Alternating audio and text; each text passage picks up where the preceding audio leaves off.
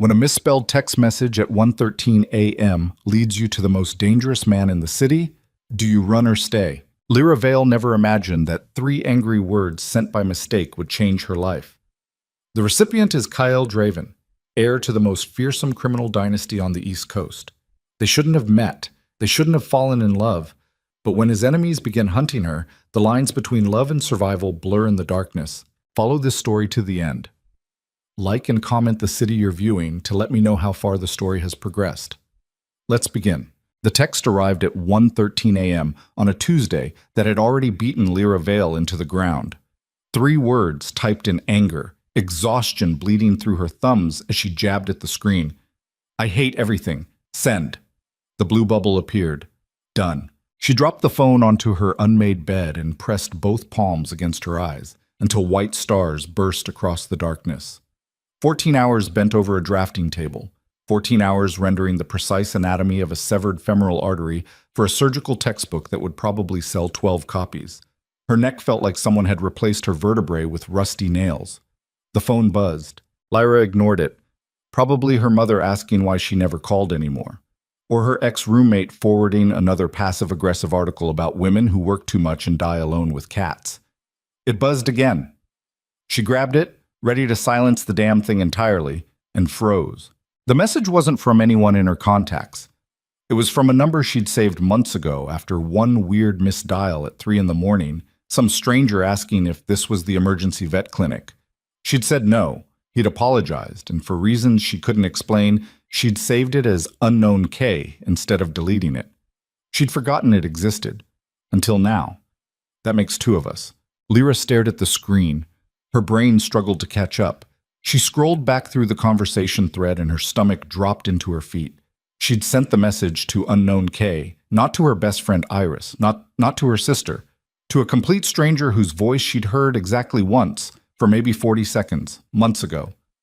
Oh God! She said it out loud to her empty studio apartment. The radiator hissed in response. Oh God, oh God, Another buzz. Rough night? Her thumb hovered over the keyboard. She should apologize. Explain the mistake. Delete the contact and pretend this never happened like a functional adult. Instead, she typed, "You have no idea." 3 dots appeared immediately. Disappeared, appeared again. Try me. And that's how it started. Not with romance, not with sparks or destiny or any of that bullshit Lyra had stopped believing in after her last relationship imploded in a spectacular mess of thrown dishes and restraining order threats. It started with exhaustion and a wrong number and a stranger who didn't try to fix anything. They texted until 4 in the morning. Not about anything profound. Lyra complained about her client who kept demanding changes to illustrations that were already anatomically perfect. Unknown K described a business meeting that had lasted 6 hours and accomplished nothing. She told him her apartment smelled like burnt coffee and sadness. He said his office smelled like expensive leather and lies. What do you do? She asked, around 3:30 a.m., her guard finally lowered by fatigue. I manage family business. You? Medical illustrator. I draw organs. It's sexier than it sounds. Everything's sexier than it sounds at 3:30 a.m. She laughed out loud at that. Actually laughed. Alone in her apartment, at a text from a stranger. When was the last time that happened? It's time that... They didn't exchange real names. He stayed unknown K. She stayed whatever he'd saved her as. Probably wrong number girl or insomniac. It should have ended there. It didn't. The next night, Lyra found herself checking her phone every 15 minutes while finishing a detailed cross-section of a human heart. She told herself she wasn't waiting. That would be insane. She was just aware. At 11:47 p.m., her phone lit up. Still hate everything? She smiled despite herself. Getting there. You? Ask me in 3 hours. And they were off again, longer this time. Deeper. He asked questions that required actual thought, not the standard, what do you do for fun interview bullshit. He wanted to know what she'd choose if she could only draw one part of the human body forever. Why medical illustration specifically? What keeps her awake besides work? She found herself answering honestly. Something about the anonymity made it easier. He was just words on a screen. No judgment, no history, no expectations. The heart, she typed. If I had to pick one thing, people think it's romantic, but it's not. It's mechanical. Brutal. 4 chambers pumping blood because stopping means death. Nothing poetic about it, just survival. His response took longer than usual. That's the most honest thing anyone said to me in months. You talk to boring people. I talk to dangerous people. There's a difference. Lyra's fingers paused over the keyboard. Dangerous how? The kind who smile while deciding whether you're useful. She should have felt alarmed. Warning bells should have screamed in her head. Instead, she felt curious. Are you one of them? The 3 dots appeared and vanished 4 times before his answer came through. Probably. But you're not smiling right now. No, I'm not. 3 weeks passed like that. Late-night conversations that stretched until dawn. Lyra started sleeping through her alarm, started drinking too much coffee, started thinking about unknown K during the day when she should have been concentrating on pancreatic ducts and lymphatic systems. She learned things gradually, piece by piece. He lived in New York. Manhattan, specifically. He read history books when he couldn't sleep. Military strategy, political collapses, the fall of empires. He had a sister he never talked about, and a father who cast a shadow he couldn't escape. Lyra gave him pieces, too. Her mother, who called every Sunday to ask about grandchildren, Lyra had no intention of producing. Her anxiety that manifested as obsessive sketching. The way she felt invisible most days unless she was drawing something that made people's insides visible. You ever feel like you're just going through motions? She asked. One Thursday at 2:15 a.m., like you're watching yourself live instead of actually living, every single day. What do you do about it? I'm texting you at 2 a.m. instead of sleeping, so clearly I have it all figured out. She laughed, then typed, We're a mess. Yeah, we are. The first time he called, Lyra almost didn't answer. It was a Saturday. She was elbow deep in reference photos of dissected cadaver hands when her phone rang with an unknown number. She stared at it for 3 rings before realizing. She answered, Hi. His voice was different than she remembered from that first accidental call. Lower, more controlled, like he was consciously smoothing out any emotion that might leak through. Hi, Lyra said back. Her own voice came out smaller than intended. Silence stretched between them. Not awkward. Something else. I don't know why I called, he finally said. I don't know why I answered. More silence. What are you doing? He asked. Drawing severed hands. You? Conference call. Muted myself. Rebel. She heard something that might have been a laugh. They'd been arguing for 40 minutes about a contract nobody's going to sign. I thought I was going to lose my mind. So you called me. Yeah. That's weird. I know. But Lyra was smiling, actually smiling at her desk covered in anatomical sketches and cold coffee mugs. They talked for 18 minutes. About nothing. Everything. The conversation felt like walking across ice that might crack at any second, but holding steady anyway. When he had to go back to his meeting, she felt the absence immediately. That should have been the warning sign. It wasn't. November bled into December. The conversations intensified, phone calls at midnight, texts during lunch breaks. Lyra started structuring her days around the possibility of hearing from him, started checking her phone compulsively, started feeling a spike of disappointment when an hour passed without contact. Iris noticed during their Wednesday coffee meetup. You're being weird, Iris said, stirring sugar into her latte with more force than necessary. Weirder than normal weird. Who is he? What? No one. I'm not. Lyra, you've checked your phone 6 times in 10 minutes. You haven't heard a word I said about the gallery opening, and you're doing that thing with your hair. Lyra's hand froze mid-twist. What thing? The nervous thing. The I have a secret thing. Iris leaned forward. Spill. So Lyra told her. Not everything. The edited version. She was texting someone. They'd never met. It was probably nothing. Iris's expression shifted from curious to concerned. You don't know anything about him? I know things. Real things? Like his actual name, where he works, whether he's married with 6 kids? He's not married. You don't know that. But Lyra did. She couldn't explain how, but she knew. It's not like that. We just talk. At midnight. Every night. For weeks. Iris sat back. Babe? That's exactly like that. Lyra wanted to argue, couldn't find the words. Just be careful, Iris said quietly. People lie on the internet. That's like rule one of being human.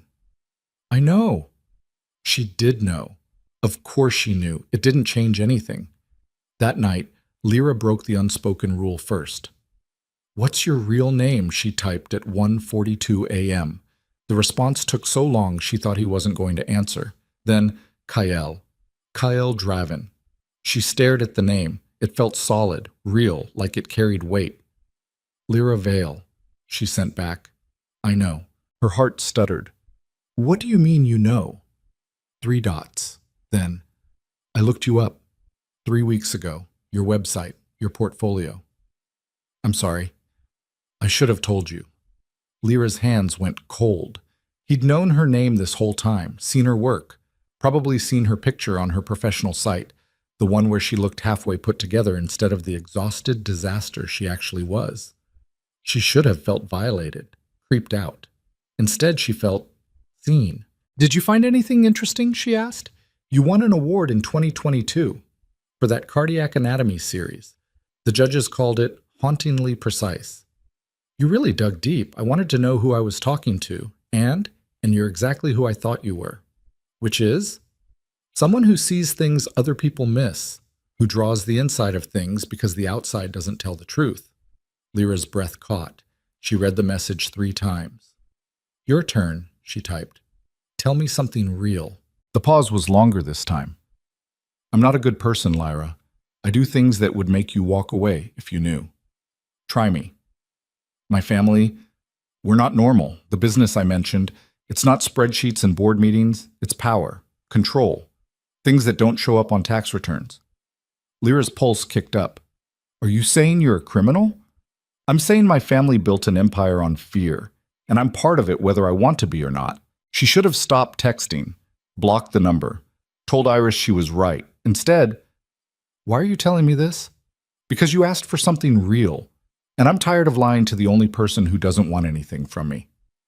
Lyra sat in her dark apartment, phone glowing in her hands, and made a choice that would crack her life wide open. I want to meet you. She hit send before she could second guess it. The 3 dots appeared immediately. Disappeared. Appeared again. Are you sure? No. She wasn't sure at all. Every rational cell in her brain screamed that this was insane, dangerous, stupid. Yes, she typed. Friday, 2 p.m. There's a cafe on West 4th, public, safe. If you change your mind, don't show up. I'll understand. I'll be there. Lyra. Yeah? I'm not what you're expecting. Good, she sent back. I hate expectations. She didn't sleep that night, or the next 2 nights. By Friday morning, Lyra had changed her outfit 7 times, redone her makeup 4 times, and seriously considered faking her own death to get out of this. Iris called at noon. Please tell me you're not actually doing this, Iris said without preamble. I'm doing this. Lyra, you don't know this man. He could be anyone. He could be... I know, okay? I've thought about all of it. Every worst-case scenario, I'm still going. Silence. Then, I'm tracking your location. If you're not home by 5 p.m., I'm calling the cops. Deal. The cafe was exactly what Kyle had described. Small, bright, windows facing the street. Lyra arrived 10 minutes early and picked a table near the back where she could see the door. Her hands shook as she ordered coffee she wouldn't drink. 2:04 p.m. Still alone. Maybe he changed his mind. Maybe this was some elaborate catfish situation and she was the idiot who fell for it. 2:07 p.m. The door opened, and everything Lyra thought she knew shattered. He was tall. That registered first. Well over 6 feet, moving with the kind of control that came from complete awareness of his body in space. Dark hair, sharp features, wearing a black coat that probably cost more than her rent. But it was his eyes that stopped her breathing. Gray, cold, scanning the room with the precision of someone trained to identify threats before they materialized. Then they landed on her, and something shifted. The ice cracked, just for a second. He walked toward her table. Every person in the cafe noticed. You couldn't not notice. He commanded space without trying. Lyra forced herself to breathe. Lyra. Not a question. He knew. KL. Her voice came out steadier than she felt. He sat across from her. Up close, she could see details the distance had hidden. A thin scar through his left eyebrow. Tension in his jaw like he was consciously preventing himself from clenching it. Hands that looked like they'd broken things, including other people. You came, he said. So did you. The corner of his mouth lifted, barely. I wasn't sure you would. I wasn't sure either. Silence settled between them. Different than over the phone. Heavier, real. You look, he started. Terrified, Lyra offered. I was going to say exactly like your website photo, but yeah, also terrified. You look like someone who's committed felonies. The words were out before she could stop them. Horror flooded through her. I'm sorry, I didn't mean... But Kyle laughed, actually laughed. The sound was rough, like he didn't do it often. That's fair, accurate even. I really need to learn when to shut up. Don't. He leaned forward slightly. Everyone around me performs. You don't. It's refreshing, annoying, terrifying, he said, matching her word from earlier. Lyra felt something loosen in her chest. So we're both terrified. Great foundation. The best relationships are built on mutual fear. Is that what this is? A relationship? Kale's expression shifted, became serious. I don't know what this is. I don't do this. Meet women in cafes? Meet anyone, talk to anyone, let anyone. He stopped, ran a hand through his hair. The gesture was so human it made her ache. You should probably run, right now, walk out and block my number and forget this happened. Why? Because I meant what I said, about my family, about what I do. You're a medical illustrator who draws hearts and saves lives indirectly. What? What are you, Kyle? His eyes met hers. No shields, no performance, just truth. I'm the person they send when talking stops working, when negotiations fail, when someone needs to understand that certain decisions have permanent consequences. He paused. I enforce things. I make people comply. And I'm very, very good at it. The cafe noise faded into background static. Lyra should have felt fear.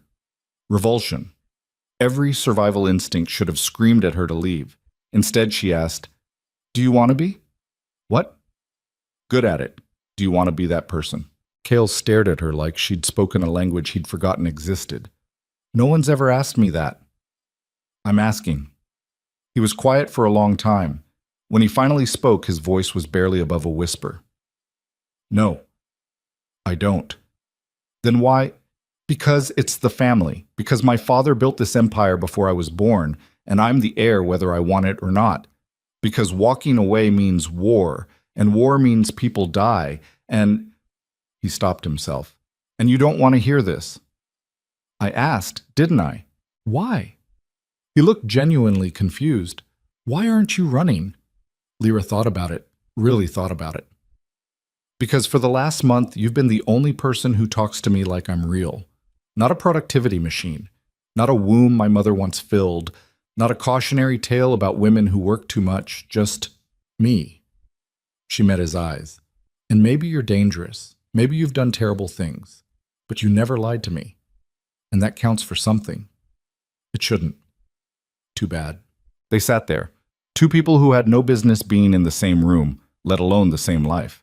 Kale broke first. I should go. Disappointment hit Lyra like cold water. Right, of course. But I don't want to. Her heart kicked. Then don't. Lyra. Coffee. Just coffee. We're two people having coffee. Nothing illegal about that. Everything about me is illegal. Then I guess I'm breaking the law. Something changed in his expression, softened. You're insane. Probably. Is that a problem? Yes. But he didn't move. Can I ask you something? Anything. Why medical illustration, specifically? The question surprised her. You really want to know? I wouldn't have asked otherwise. Lyra wrapped her hands around her untouched coffee mug.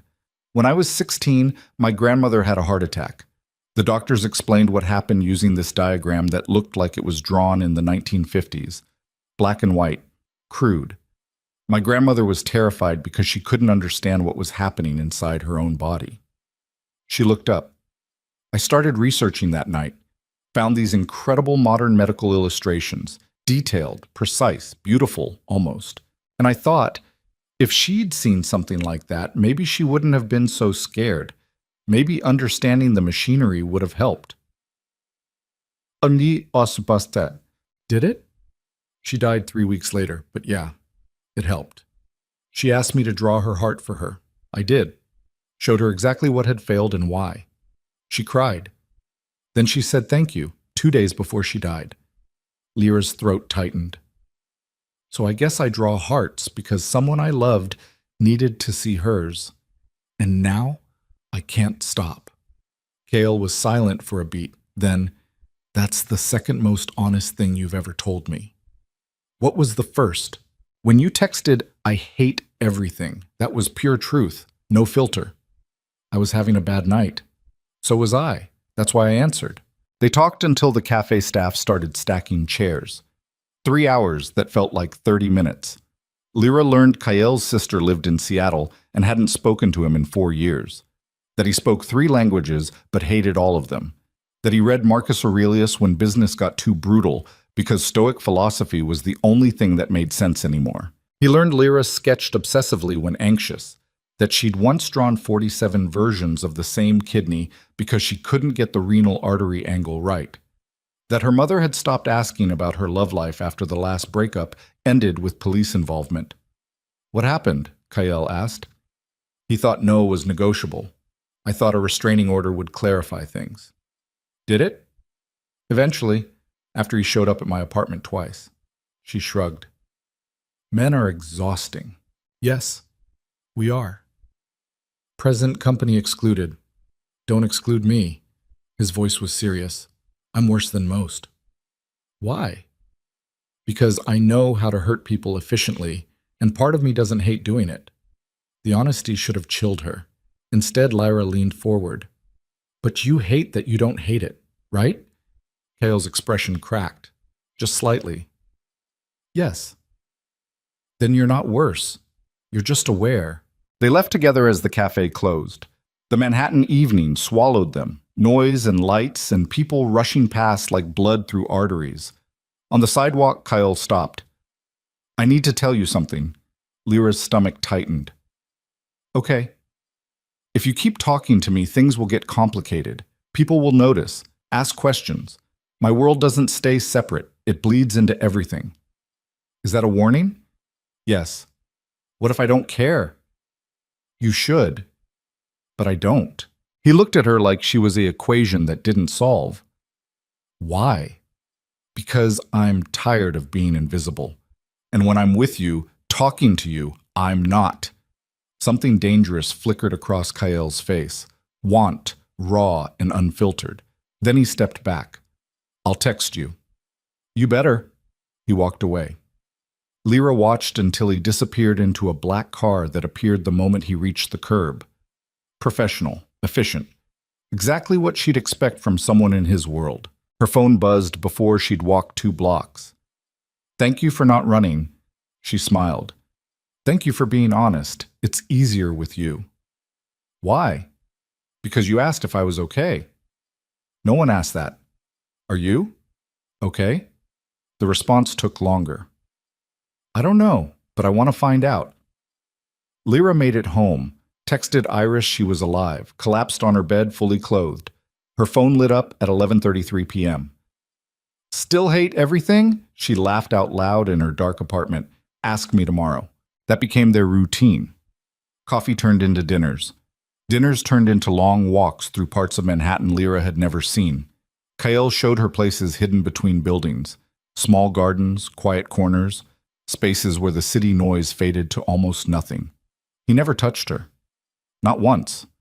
Like he was afraid physical contact would shatter whatever fragile thing they were building. Lyra didn't push, but she wanted to. 3 weeks after their first meeting, everything shifted. She was working late on a commissioned piece, detailed illustration of a surgical procedure for a textbook, when her building's front door buzzer rang at 2:47 a.m. Lyra ignored it, probably drunk neighbors. It rang again, insistent. She checked the intercom camera on her phone and her breath stopped. Kael stood outside, looking up at the camera. His face was wrong, expression too controlled, hands too still. She buzzed him up without thinking. He knocked 30 seconds later. Lyra opened the door, and the smell of copper hit her immediately. Blood. Jesus Christ, it's not mine. Kael's voice was flat, empty. Most of it isn't mine. He was wearing a white shirt dark with bloodstains. His knuckles were split. There was a cut above his left eye still bleeding slowly. What happened? Lyra pulled him inside, hands shaking. Meeting went wrong. Had to handle it. He swayed slightly.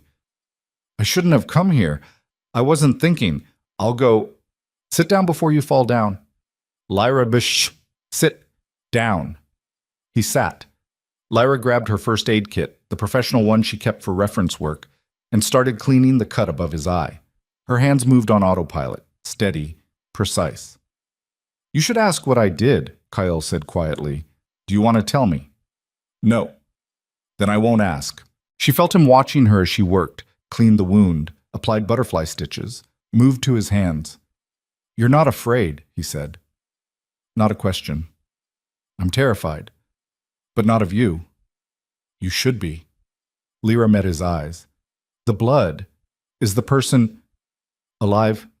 Scared, but alive. Did they deserve it? Does anyone? I asked you a question. Kael was quiet. Then, he was selling information about my family to federal investigators. People would have died. So I made sure he understood the consequences of talking. How? You don't want details. Maybe I do. No, you don't. His voice was hard, final. Lyra finished wrapping his right hand. Is this what you do? This is the enforcement part? Yes. How often? Often enough that I'm good at it. She should have felt revulsion, horror, every normal human emotion. Instead, she felt sad. For him, for the person he'd become because he didn't know how to be anyone else. I'm sorry, she said. Kael's head snapped up. What? That you have to be this person. That you're good at something you hate. I'm sorry. He stared at her like she'd reached into his chest and ripped something out. Why aren't you kicking me out? Because you came here, not to your people, not to your family, to me. And I think that means something. It means I'm weak. It means you're human. Same thing in my world. Lyra sat back. You can't keep doing this. I don't have a choice. Everyone has a choice. Not in my family. You're in or you're dead. There has to be. There isn't. He stood abruptly. I need to go. This was a mistake. Kael? Thank you for... He gestured vaguely at his bandaged hands. This. But I can't. You can't be part of this. Too late. I already am. No, you're not. We stop now. Clean break. Lyra felt panic claw up her throat. Is that what you want? He looked at her for a long moment. No, but it's what you need. Don't tell me what I need. Someone has to. Why are you really leaving? Because... He stopped, jaw working. Because you looked at me just now like I was worth saving, and I'm not. I'm too far gone. That's bullshit. It's reality. Then change it. I can't. You won't. Kael's control finally cracked. You want the truth? Fine. I kill people, Lyra. Not directly. Not with my own hands, usually. But I give orders and people die and I sleep fine after. That's who I am. That's what I do. So no, I can't change it because there's nothing left to change. I'm the monster you read about. The thing people warn their daughters about. And if you're smart, which I know you are, you'll let me walk out that door and forget this ever happened. Silence crashed through the apartment. Lyra stood, walked toward him, stopped close enough to feel his breath. You're right, she said quietly. I should let you go. I should forget about the texts and the phone calls and the coffee and all of it. I should go back to my safe, boring life drawing organs for textbooks nobody reads. Yes, you should. But I won't. Why the hell not? Because you're lying. She stepped closer. You said you sleep fine after, but you don't. You show up at my door at 3 a.m. covered in blood because you can't stand being alone with what you've done. You text me at midnight asking if I hate everything because you need to know someone else feels as broken as you do. You're not a monster, KL. You're a person who's been forced into a box you don't fit and you're suffocating inside it. His hands clenched. You don't know what you're talking about. Then tell me I'm wrong. Look me in the eye and tell me you don't wish you could walk away from all of it. Tell me you don't hate what you've become. KL's composure shattered completely. Of course I hate it. I hate everything about it. I hate that I'm good at hurting people. I hate that my father looks proud when I come back bloody. I hate that my sister won't speak to me because she knows exactly what I am. I hate... His voice broke. Lyra waited. I hate that the only time I feel human is when I'm talking to you, he finished. And that terrifies me more than anything I've ever faced. Why? Because people close to me get hurt. It's not a metaphor. It's a pattern. And I won't let you become collateral damage in my fucked up life. Maybe that's my choice to make. Not if you don't understand the risk. Then explain it. Kale's laugh was bitter. You want the reality? Fine. Being connected to me means surveillance, federal, rival organizations, people looking for leverage. It means your name going into databases, your face memorized by people who kill for a living. It means looking over your shoulder forever because there's always someone looking for a weakness. And you, he gestured at her, you're the biggest weakness I've ever had. The words hung in the air like smoke. I don't care, Lyra said. You should. Stop telling me what I should feel. Someone needs to because you're clearly not thinking straight. Or maybe I'm thinking clearly for the first time in years. They stood inches apart, both breathing hard, tension coiling between them like a live wire. This is insane, Kael said. Probably. We barely know each other. I know enough. Lyra, are you going to kiss me or keep arguing? The question detonated between them. Kael froze. What? You heard me. I can't or won't. Both. Why? Because once I start, I won't be able to stop. And you deserve better than someone who's covered in blood and broken inside. Lyra reached up, cupped his face in both hands. What if I don't want better? What if I just want you? Something in Kael broke open. He kissed her like drowning, like she was oxygen and he'd been suffocating for years. His hands found her waist, gripped hard enough to bruise, pulled her against him with desperate intensity. Lyra kissed back just as hard, tasted copper and coffee and something darker she couldn't name. When they finally broke apart, both gasping, Kael pressed his forehead against hers. This is a mistake, he whispered. Then we'll make it together. He pulled back slightly, looked at her with something that might have been hope or might have been terror. I don't know how to do this. Relationships, normal things. Good. I'm terrible at normal too. My life is dangerous. So's crossing the street. I'm serious. So am I. Kael exhaled slowly. If we do this, if we really do this, there are rules. I'm listening. You don't ask about business. You don't get involved in family matters. And if I tell you to run, you run. No questions. Deal. My turn. You don't lie to me. You don't shut me out when things get bad. And you stop trying to protect me from yourself. That last one's not negotiable. Neither is mine. They stared at each other, deadlocked. We're going to destroy each other, Kael said quietly. Maybe. Or maybe we'll save each other. You really believe that? I don't know, but I want to find out. Kael kissed her again, softer this time, almost gentle.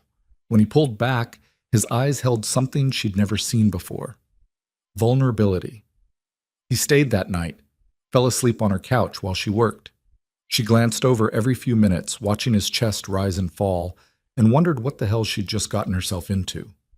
Her phone buzzed at 6:17 a.m. Unknown number. Stay away from Kael Draven if you value your safety. This is your only warning. Lyra's blood went cold. She looked at Kael sleeping across the room, still exhausted, still human, and realized their real problems were just beginning. Lyra stared at the message until the screen went dark. Then she read it again, and again. Stay away from Kael Draven if you value your safety. This is your only warning." Her hands had gone numb. The phone felt like a brick of ice against her palm. Across the room, Kyle stirred on the couch. His breathing changed, shifted from sleep to something closer to consciousness. Even half asleep, his body sensed disturbance like a predator catching scent. Lyra's first instinct was to wake him, show him the message, ask what the hell this meant. Her second instinct, the one that won, was to screenshot it and say nothing. She didn't know why she made that choice. Maybe because part of her needed to see how deep this went before dragging him into it. Maybe because the message felt like a test she was supposed to pass alone. Or maybe because some animal part of her brain whispered that showing Kyle would make this real in a way she couldn't take back. She deleted the message, cleared the screenshot to a hidden folder, went back to her drafting table like nothing had happened. Her hands shook so badly she couldn't hold the stylus. Kale woke at 6:43 a.m. She knew because she'd been watching the clock, watching him, watching the door, like someone might kick it down any second. "You didn't sleep." His voice was rough with exhaustion. "Neither did you." "I slept for 4 hours. That's basically a vacation for me." He sat up slowly, wincing. The movement pulled at muscles that were probably screaming. "What time is it?" "Almost 7. "Shit." He ran both hands through his hair. "I need to go. Meeting at 8. "With who?" The question came out sharper than intended. Kyle's eyes cut to her face, assessing. "Family business?" he said carefully. "Right. The thing I'm not supposed to ask about." "Lyra, I'm not asking. I'm just—" She stopped, forced herself to breathe. "Nothing. You should go."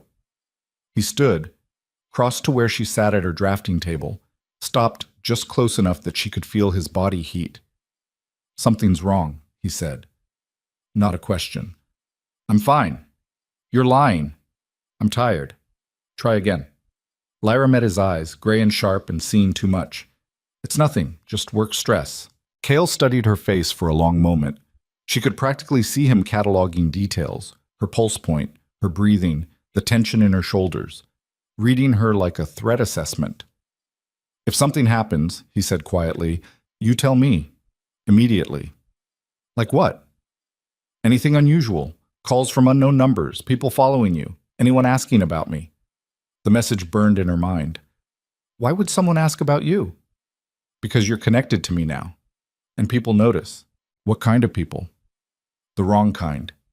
He kissed her forehead, a gesture so tender it made her chest ache. Then he was gone, moving through her apartment like smoke, out the door before she could find words to call him back. Lyra sat alone in the gray morning light and wondered if she'd just made the biggest mistake of her life. The answer came 3 days later. She was meeting with Eleanor Chen, Senior Acquisitions Editor at Prometheus Medical Publishing, to discuss a contract for a comprehensive cardiac surgery atlas. 18 months of work, 6 figures. The kind of project that could define her entire career. They met at Eleanor's office in Midtown, sleek glass and chrome, views of the city stretching toward the horizon like a promise. Eleanor was 40-something, sharp-eyed, with the kind of precision that came from cutting through bullshit for a living. She'd loved Lyra's portfolio, called her work revelatory. The meeting started well. "The preliminary sketches are extraordinary," Eleanor said, spreading Lyra's samples across her desk. "The level of detail, the way you balance scientific accuracy with visual clarity, it's exactly what we need." Lyra felt hope unfurl in her chest. "I've been developing this approach for years. Each illustration tells a story, not just what the anatomy looks like, but how it works, why it fails." "It's brilliant. Truly." Eleanor paused, adjusted her glasses. "Which is why this is so difficult." The hope died instantly. "What is?" "I need to be direct. The board had concerns." "About my work?" "About you." The room tilted slightly. "I don't understand." Eleanor's expression was genuinely sympathetic. "They ran a background check. Standard procedure for contracts this size, and your name came up connected to—" She stopped, chose her words carefully. "Someone with a complicated reputation." Lyra's blood turned to ice water. "Who?" "Cale Draven." The name landed like a blade. Eleanor kept talking, but Lyra barely heard through the rushing in her ears. Family has been under federal investigation for years. Money laundering, racketeering, extortion. We can't have our brand associated with that kind of... I'm not associated with anything, Lyra cut in. Her voice sounded distant. I'm a medical illustrator. Who's been seen publicly with K.L. Draven multiple times in the last month? Manhattan isn't that big, Lyra. People talk. Photographs exist. Photographs of what? Coffee? Dinner? Walking down the street? Photographs that link you to a family under active investigation. Our legal team won't sign off on the contract. I'm sorry. I fought for this, but the risk is too high. Lyra stood. Her legs felt like water. So that's it? My career gets destroyed because I know someone you don't approve of? It's not about approval, it's about liability. Optics. If federal charges materialize, if his name ends up in headlines, we can't have our publications connected to that ecosystem. I'm not part of any ecosystem, I draw hearts. And you're involved with someone who breaks them. Eleanor's voice softened. This is my advice, off the record. Walk away from K.L. Draven. Publicly, cleanly. Give it 6 months. Then we can revisit this conversation. Lyra walked out without another word. She made it to the street before her knees gave out. Caught herself against a building, breathing too fast, vision tunneling. 6 figures, 18 months of work. Her entire career trajectory, gone. Because someone had been watching, taking notes, building a file. The message from 3 days ago suddenly made perfect sense. Stay away from K.L. Draven if you value your safety. Safety. Not just physical, professional, financial, every kind of safety that mattered. Her phone rang. Kyle. She stared at the screen, let it go to voicemail. It rang again immediately. This time she answered. What? Where are you? His voice was sharp, alert. Midtown. Why? I need you to listen carefully. Don't go home. Don't go anywhere predictable. Find a public space and stay there until I... What happened? Someone made a move, sent a message. I don't have details yet, but until I know who... I just lost the biggest contract of my career because of you. The words came out flat, dead. Silence on the line. What are you talking about? K.L. said finally. Prometheus Medical Publishing. They ran a background check, found out I'm connected to you, decided I'm too much of a liability. Lyra! You said things would get complicated. You didn't say they'd destroy my life. I can fix this. How? You going to threaten them? Break someone's fingers until they sign the contract? That's not... Because that's what you do, right? Enforcement. Making people comply. Stop. Why? It's the truth. I said stop. His voice went cold. The warmth bled out completely. Where are you exactly? Why does it matter? Because there's a black SUV that's been following you since you left that building and you need to move. Now. Lyra's head snapped up, scanned the street. There, half a block back, a black Escalade with tinted windows, crawling through traffic. Not hurrying, not hiding, watching. Oh God. Walk toward the subway. Don't run. Stay on the phone with me. K.L., what's happening? Just move. She moved, legs shaking, heart hammering against her ribs. The Escalade kept pace, not closing distance, just there. Who is that? She whispered. I don't know yet, but they want you to know they're watching. That's the message. This is insane. This is my world, the one I warned you about. Lyra reached the subway entrance, descended into the station. The fluorescent lights felt too bright, too exposed. I'm underground, she said. Good. Take the next train. Any direction. Change trains twice, then find a hotel. Not one you've been to before. Pay cash if you can. I don't have enough cash for... I'll send someone with money. Just get somewhere safe. Who are you sending? Someone I trust. Do you even have people you trust? Kyle was quiet for a beat. 1 or 2. The train arrived. Lyra got on, watched the doors close. The SUV couldn't follow underground. I'm on the 6 train heading downtown, she said. Good. Stay on the line. They didn't talk, just breathed together through the phone while the train rattled through darkness. Lyra watched her reflection in the black window, pale, exhausted, terrified. This morning, she'd been a medical illustrator with a promising career. Now she was running from strangers in black SUVs while a man with blood on his hands gave her instructions for survival. Why is this happening? She asked finally. Because someone wants to hurt me, and they figured out the fastest way to do that is through you. So I'm leverage. You're a target. There's a difference. Not to them. Lyra got off at 14th Street, changed to the L train, then the A, following Kyle's instructions mechanically while her brain struggled to process reality. She found a hotel near Penn Station. Small. Anonymous. The kind of place that didn't ask questions if you paid in cash. The man Kale sent arrived 20 minutes later. Tall. Scarred. Looked like he'd been assembled from spare parts of other violent men. He handed her an envelope without speaking. Inside, $3,000 in hundreds and a burner phone. Mr. Draven says use this to contact him. Destroy your regular phone.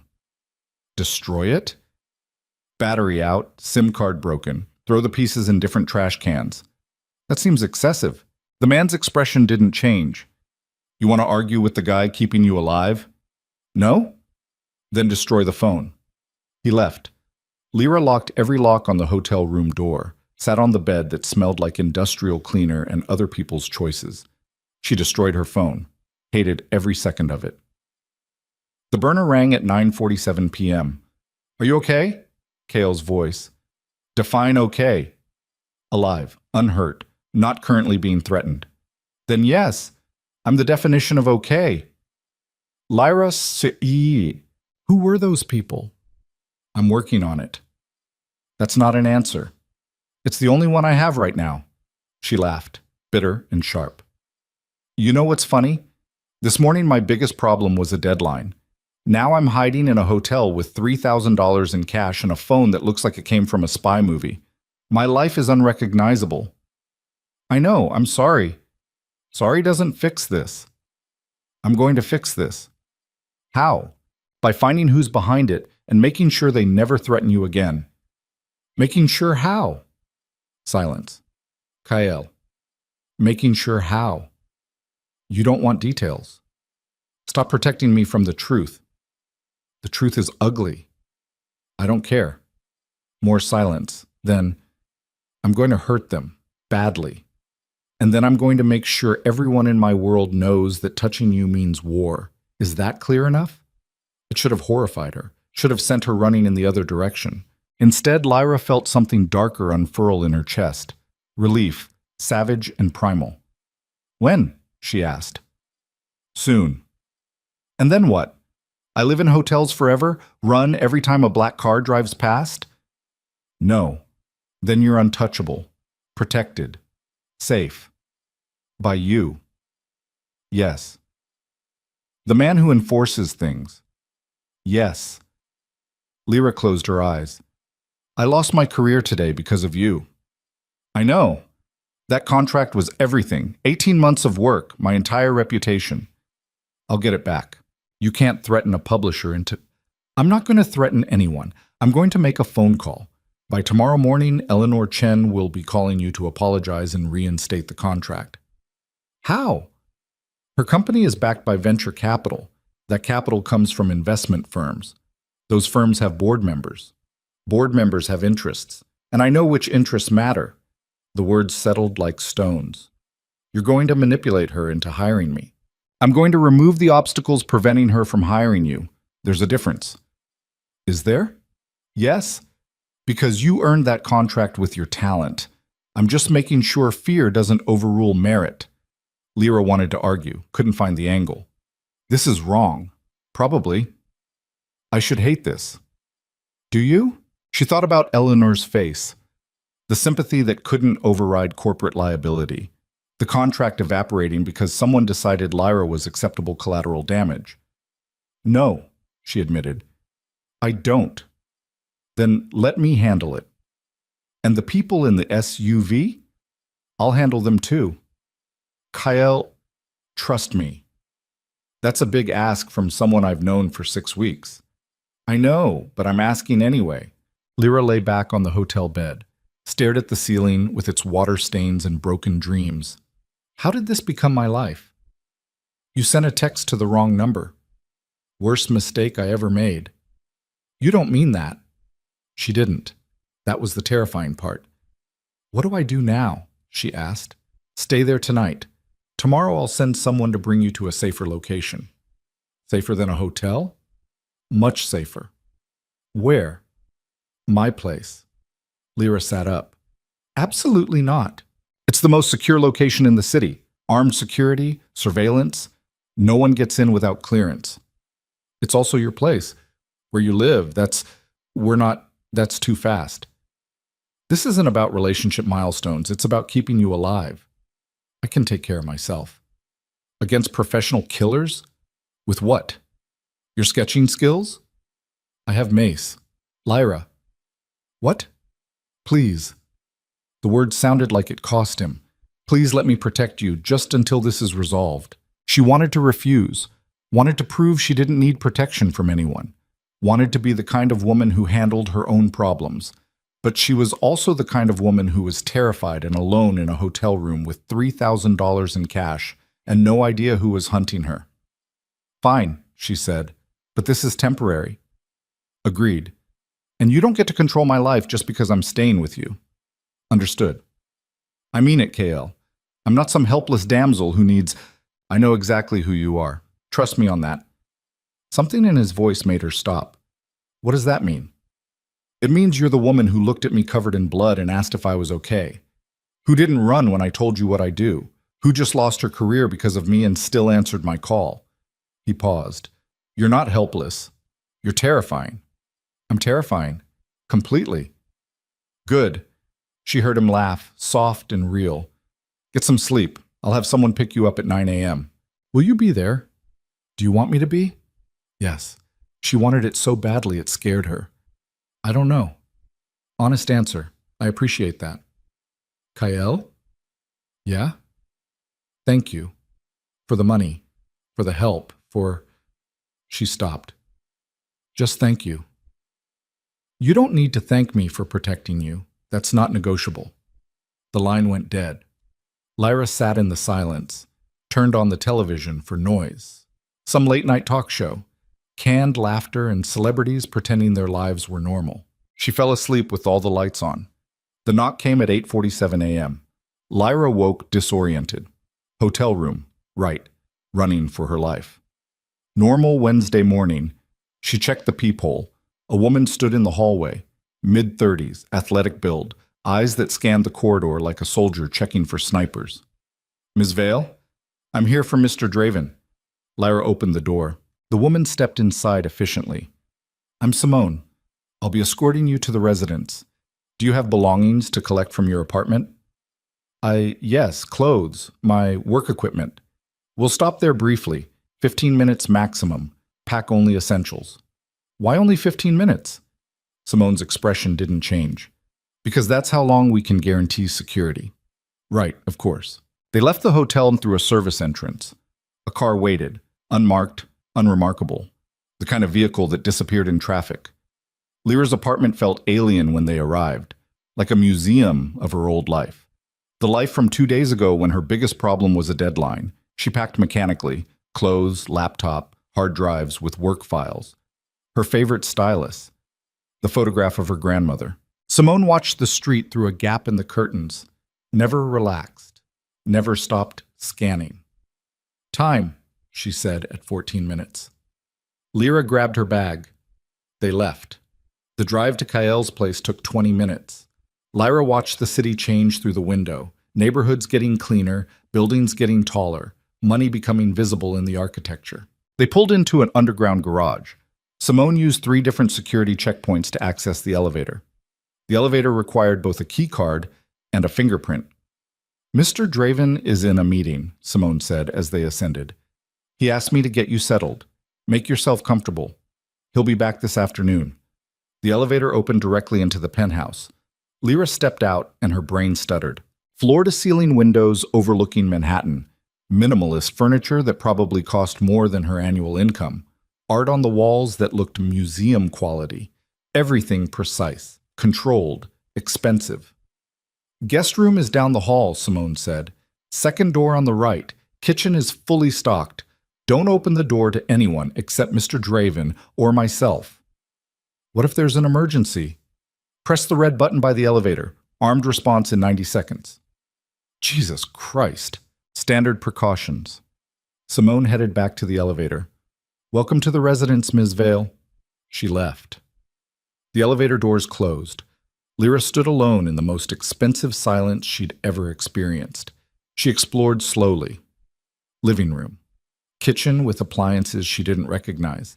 Library with books in 3 languages. Gym that looked military grade. The guest room was simple. Clean. A bed that looked like it had never been slept in. Windows overlooking the city. Lyra sat on the edge of the bed and checked the burner phone. One message. Eleanor Chen. Lyra, I need to speak with you urgently. Please call me at your earliest convenience. There's been a development regarding the contract. Lyra stared at the message. Kael had said he'd handle it. She hadn't believed him. She called. Eleanor answered on the first ring. Lyra, thank you for calling back. I owe you an enormous apology. For what? For yesterday, the board meeting, all of it. Eleanor sounded flustered. Unusual for her. There was a misunderstanding, a misrepresentation of facts. We've since clarified the situation, and I'm pleased to offer you the contract. Full terms as originally discussed. What changed? Our legal team received additional information that resolved their concerns. The background check was incomplete, misleading, actually. You're not connected to anything problematic, just some unfortunate coincidences that have been explained. Lyra's hand tightened on the phone. Explained by who? I'm not at liberty to discuss the details. Attorney-client privilege. But I can assure you the contract is yours if you still want it. I want it. Excellent. I'll have the paperwork sent over today. Again, my sincerest apologies for the confusion. The call ended. Lyra sat holding the phone. Kael had done exactly what he said he'd do. Made a phone call. Removed obstacles. She should feel grateful. Instead, she felt hollow. Like she'd won by cheating. Like her talent didn't matter as much as knowing someone who could make problems disappear. The penthouse door opened at 4:23 p.m. Kael walked in looking exhausted. He saw her standing by the windows and stopped. You made it, he said. Your associate was very efficient. Simone's the best. He set down a briefcase, loosened his tie. Eleanor called you? She did. Contract's back on, just like you said. Good. How did you do it? I told you, made a phone call. To who? Does it matter? Yes. Kael studied her face. You're angry. I'm conflicted. About getting your career back. About how I got it back. Lyra turned to face him fully. I earned that contract. My work is exceptional. But now I'll always wonder if they hired me because I'm talented or because someone they're afraid of made a call. They hired you because you're talented. The call just removed the fear that was blocking them from seeing that. That's a convenient rationalization. It's the truth. Is it? Or do you just tell yourself that so you can sleep at night? Kael's jaw tightened. You want to pick a fight? I want honesty. I've been nothing but honest with you. Then tell me what you said on that phone call, word for word. No. Why not? Because you don't need that weight.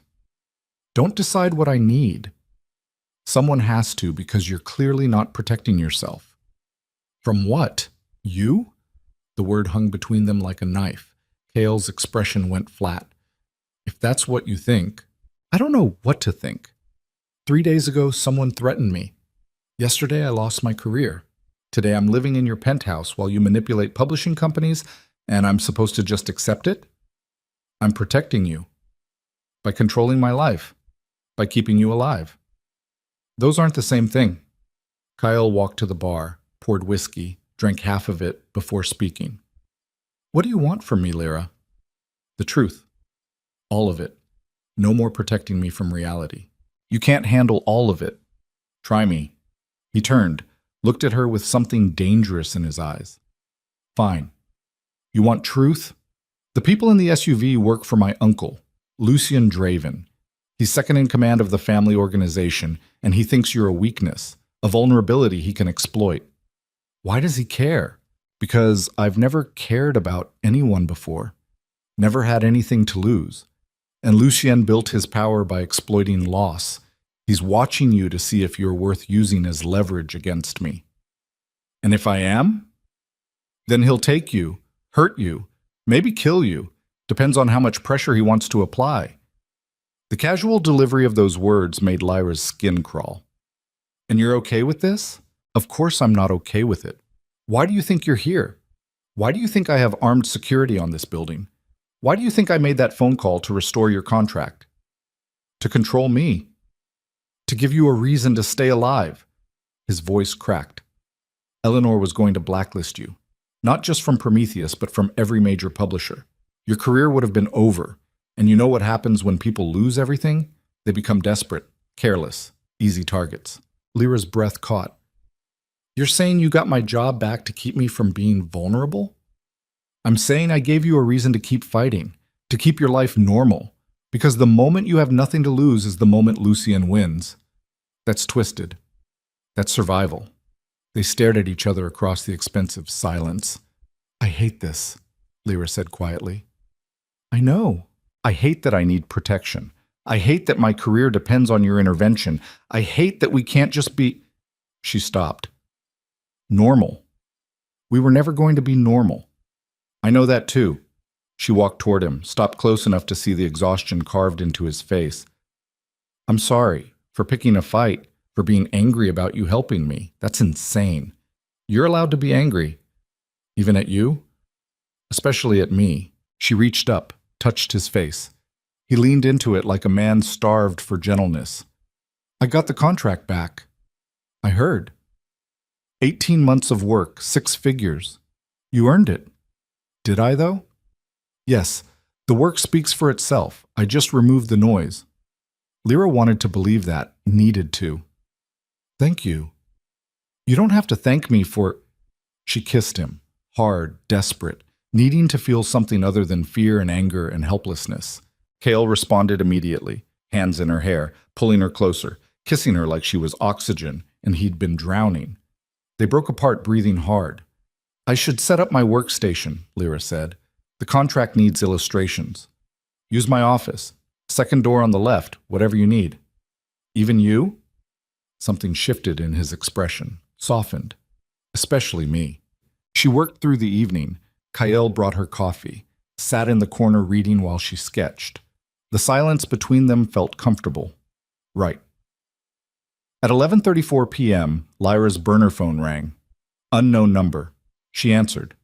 Hello? Breathing on the other end. Heavy. Deliberate. Then a voice. Distorted. Mechanical. You have 48 hours to disappear before someone makes an example out of you. The line went dead. Lyra's blood turned to ice. The phone slipped from her hand. Kale was across the room in seconds. What happened? They called. Said I have 48 hours to disappear, or they'll make an example of me. His expression went from concern to lethal in half a heartbeat. Show me the number. She did. He pulled out his own phone, made a call. Trace this number, now. Yes, I know it's probably a burner. Trace it anyway. He hung up, looked at Lyra. Pack a bag. We're leaving. Leaving where?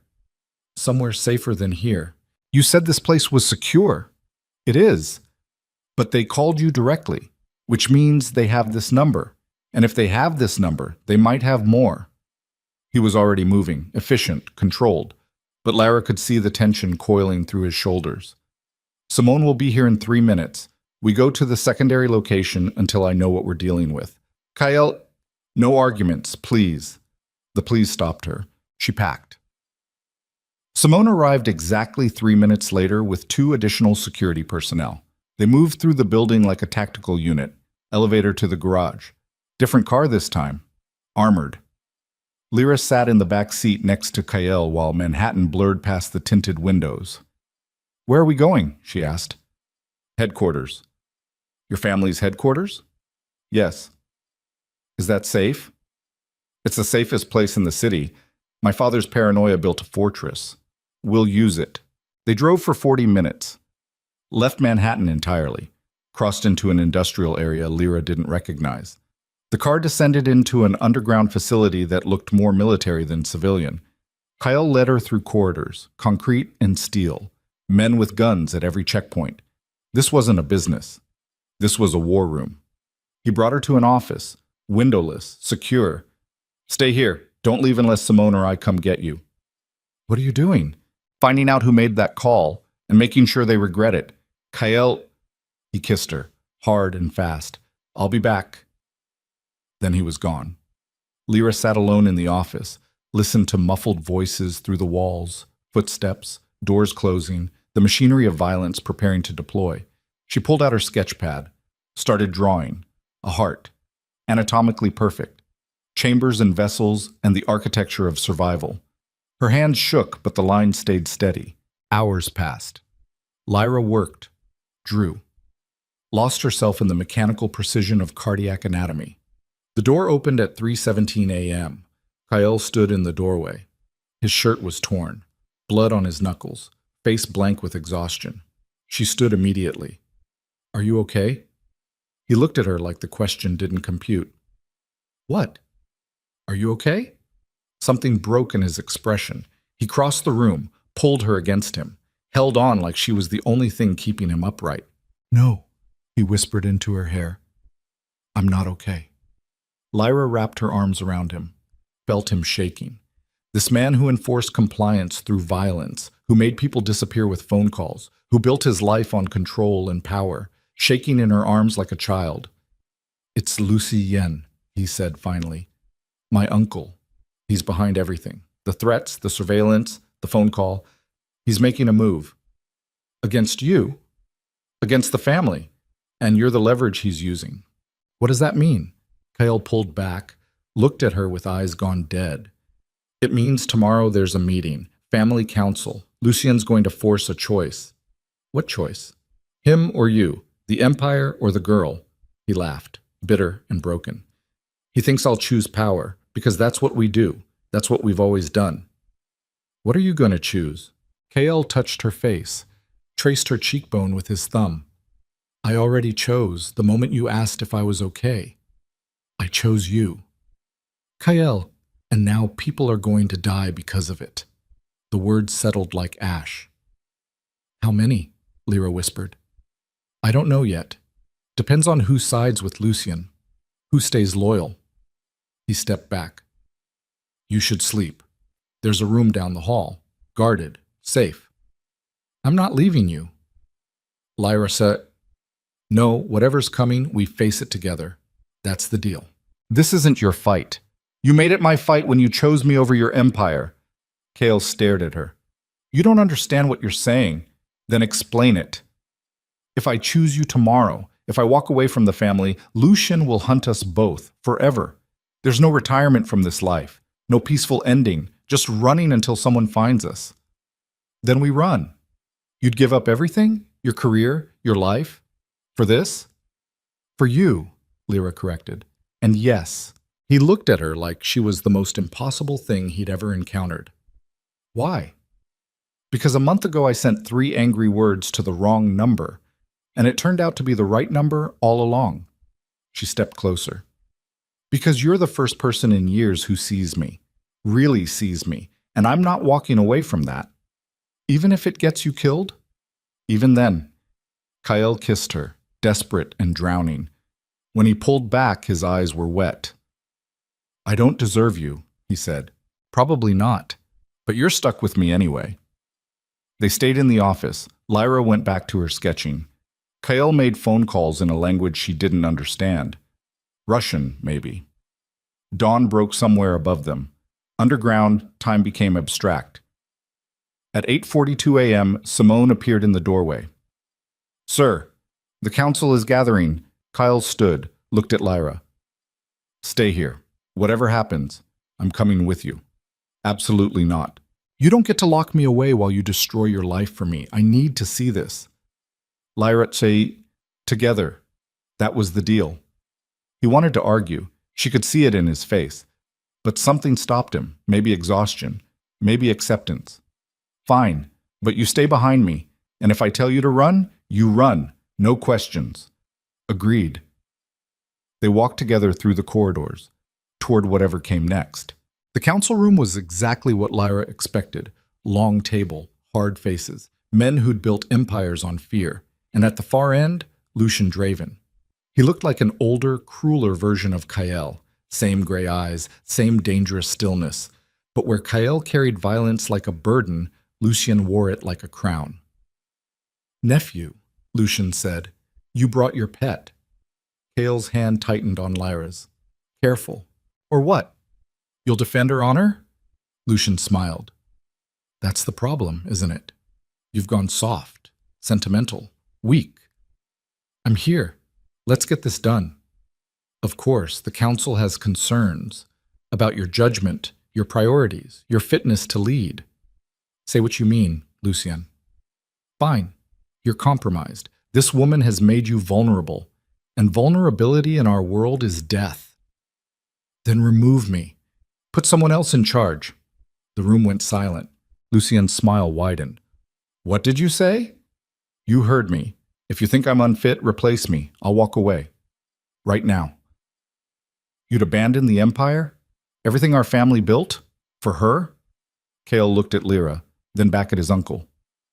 "Yes." The word detonated through the room. Lucian stood slowly. "You understand what that means? The consequences?" "Completely."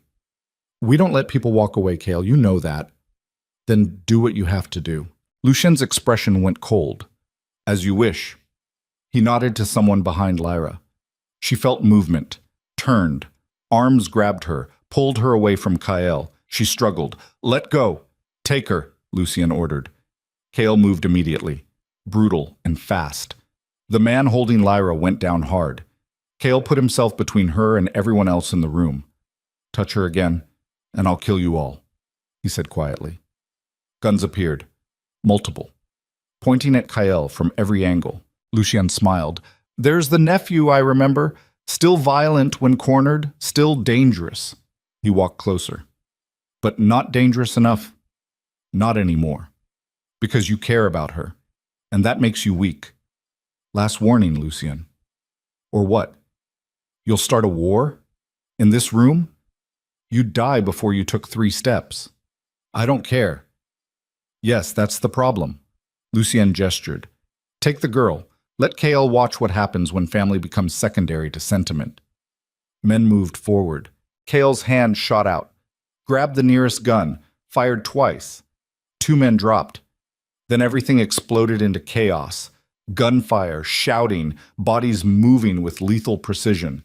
Lyra hit the ground, covered her head. The world became noise and violence and the smell of cordite. She felt hands grab her again, looked up. Kael, blood on his face, eyes gone cold and dead. "Run," he said. "I'm not—" "Run!" He pushed her toward the door. Simone appeared, grabbed her arm, pulled her into the corridor while behind them the room tore itself apart. They ran. Lyra's mind couldn't process what was happening. Gunfire echoing through concrete, men shouting, the machinery of family destroying itself. Simone got her to a vehicle, shoved her inside. "Stay down." "Where's Kael?" "Fighting. Stay down." The car peeled out. Lyra looked back through the rear window, saw the building, saw men with guns, saw smoke rising, saw her entire world burning. And somewhere in that chaos, Kael was alone, fighting his own family, because he'd chosen her. The car drove for hours. Lyra lost track. Eventually, they stopped at a safe house. Remote, isolated. Simone brought her inside. "He'll come when he can." "How do you know?" "Because he always does. For you." Lyra sat alone in the silence, drew hearts with shaking hands, waited. The phone rang at midnight. She answered. "Kael?" "It's over." His voice was hollow, empty. "Lucien's dead. Half the council is dead. The empire is burning, and I burned it. Are you okay?" "No, but I'm coming to you. That's all that matters." "Where are you?" "An hour away. Maybe less." "Lyra?" "Yeah?" "I love you." I should have said it before, I love you. The line went dead before she could respond. Lyra sat holding the phone, heart pounding, mind reeling. He loved her, and he destroyed his entire world to prove it. Lyra stood at the safe house window watching headlights cut through darkness. Every car that passed made her heart slam against her ribs. Every sound became a threat. I love you. 3 words that should have felt like victory. Instead, they felt like a death sentence handed down by a judge who didn't care about innocence. Kyle had destroyed his empire, killed his uncle, burned every bridge connecting him to the only life he'd ever known. For her, the weight of that should have crushed her, should have sent her spiraling into guilt so deep she'd never surface. Instead, she felt something darker, something she didn't want to examine too closely. Relief. Because if his world was burning, he couldn't go back to it, couldn't choose power over her, couldn't wake up one morning and decide sentiment was weakness after all. He was hers now, completely, irrevocably, and that thought terrified her more than the guns or the blood or the men who wanted her dead. Simone appeared in the doorway. You should eat something. I'm not hungry. You haven't eaten in 14 hours. I'm fine. You're in shock. Simone's voice held no judgment, just fact. Eat anyway. You'll need your strength when he arrives. Lyra turned from the window. What happens now, after everything that just happened? 바쁜도? Depends on who survived. Who's still loyal? Who wants revenge? Simone crossed to the kitchen, started assembling food Lyra wouldn't eat. The Draven organization just fractured. Power vacuums don't stay empty. Someone will try to fill it. And Kyle? He made his choice. Now he lives with the consequences. Which are? Simone looked at her, really looked. War. Until someone wins or everyone's dead. That's insane. That's the life. Lyra sat at the small kitchen table. Simone put a sandwich in front of her. She stared at it like it was written in a language she'd forgotten how to read. You love him, Simone said. Not a question. Is it that obvious? You're still here. That's answer enough. You think I'm stupid. I think you're brave. Stupid and brave often look identical until the outcome becomes clear. Lyra picked at the sandwich, managed 2 bites before her stomach revolted. How long have you worked for him? 6 years. Why? Simone was quiet for a moment. Because he's the only person in that family who ever asked if I was okay. After missions, after violence. He asked. She refilled her coffee. Everyone else just expected compliance. He expected humanity. That's why you're still loyal, even after all this. That's why I'll stay loyal until he tells me to leave. Or until I'm dead. Whichever comes first. The words should have sounded dramatic. Instead, they just sounded true. Headlights swept across the window at 1:47 a.m. Lyra was on her feet immediately, heart hammering. Simone moved to the door, weapon drawn, checking the security camera mounted outside. It's him. She opened the door. Kyle walked in looking like he'd crawled out of a grave. Blood on his clothes, dried now, dark and stiff. Cut above his left eye, bleeding slowly, knuckles split raw. Moving like every muscle screamed with exhaustion, but alive. He saw Lyra and stopped. Just stopped. Like his body had finally reached its limit and movement became impossible. She crossed the room, didn't think, just moved. He caught her, arms coming around her with desperate strength, face pressed into her hair, breathing like he'd been holding his breath for hours and finally remembered how. You're okay, he whispered. You're okay. So are you. Barely. They stood like that, holding each other while Simone quietly disappeared into another room, giving them privacy for this moment that felt too raw for witnesses. Kale finally pulled back, looked at her face like he was memorizing it. I meant what I said, on the phone. I know. I love you. I've probably loved you since that first text. I just didn't have words for it until tonight. Lyra touched his face, felt stubble and dried blood and exhaustion carved into every line. I love you too, even though you're insane and covered in blood and just destroyed your entire life. Especially because of that? Maybe. He smiled, small and broken. We're both insane then. Good. I'd hate to be crazy alone. He kissed her, gentle this time, like she was something precious instead of permanent. When he pulled back, his eyes held questions he didn't want to ask. What happened? Lyra said. After I left? Kyle moved to the couch, sat down hard. She sat next to him. He stared at his hands, bloody and shaking slightly. Lucien had support, more than I expected. Half the council sided with him. They wanted me removed, wanted the family to go back to what it was before I started questioning orders. So what did you do? I gave them a choice, stand down or die. His voice went flat, empty. Most chose wrong. How many? 7 dead, 4 wounded. Lucien's inner circle is gone. The power structure collapsed in under an hour. Lyra tried to process that. 7 people dead, because of a meeting, because of her. Don't, Kyle said quietly. Don't what?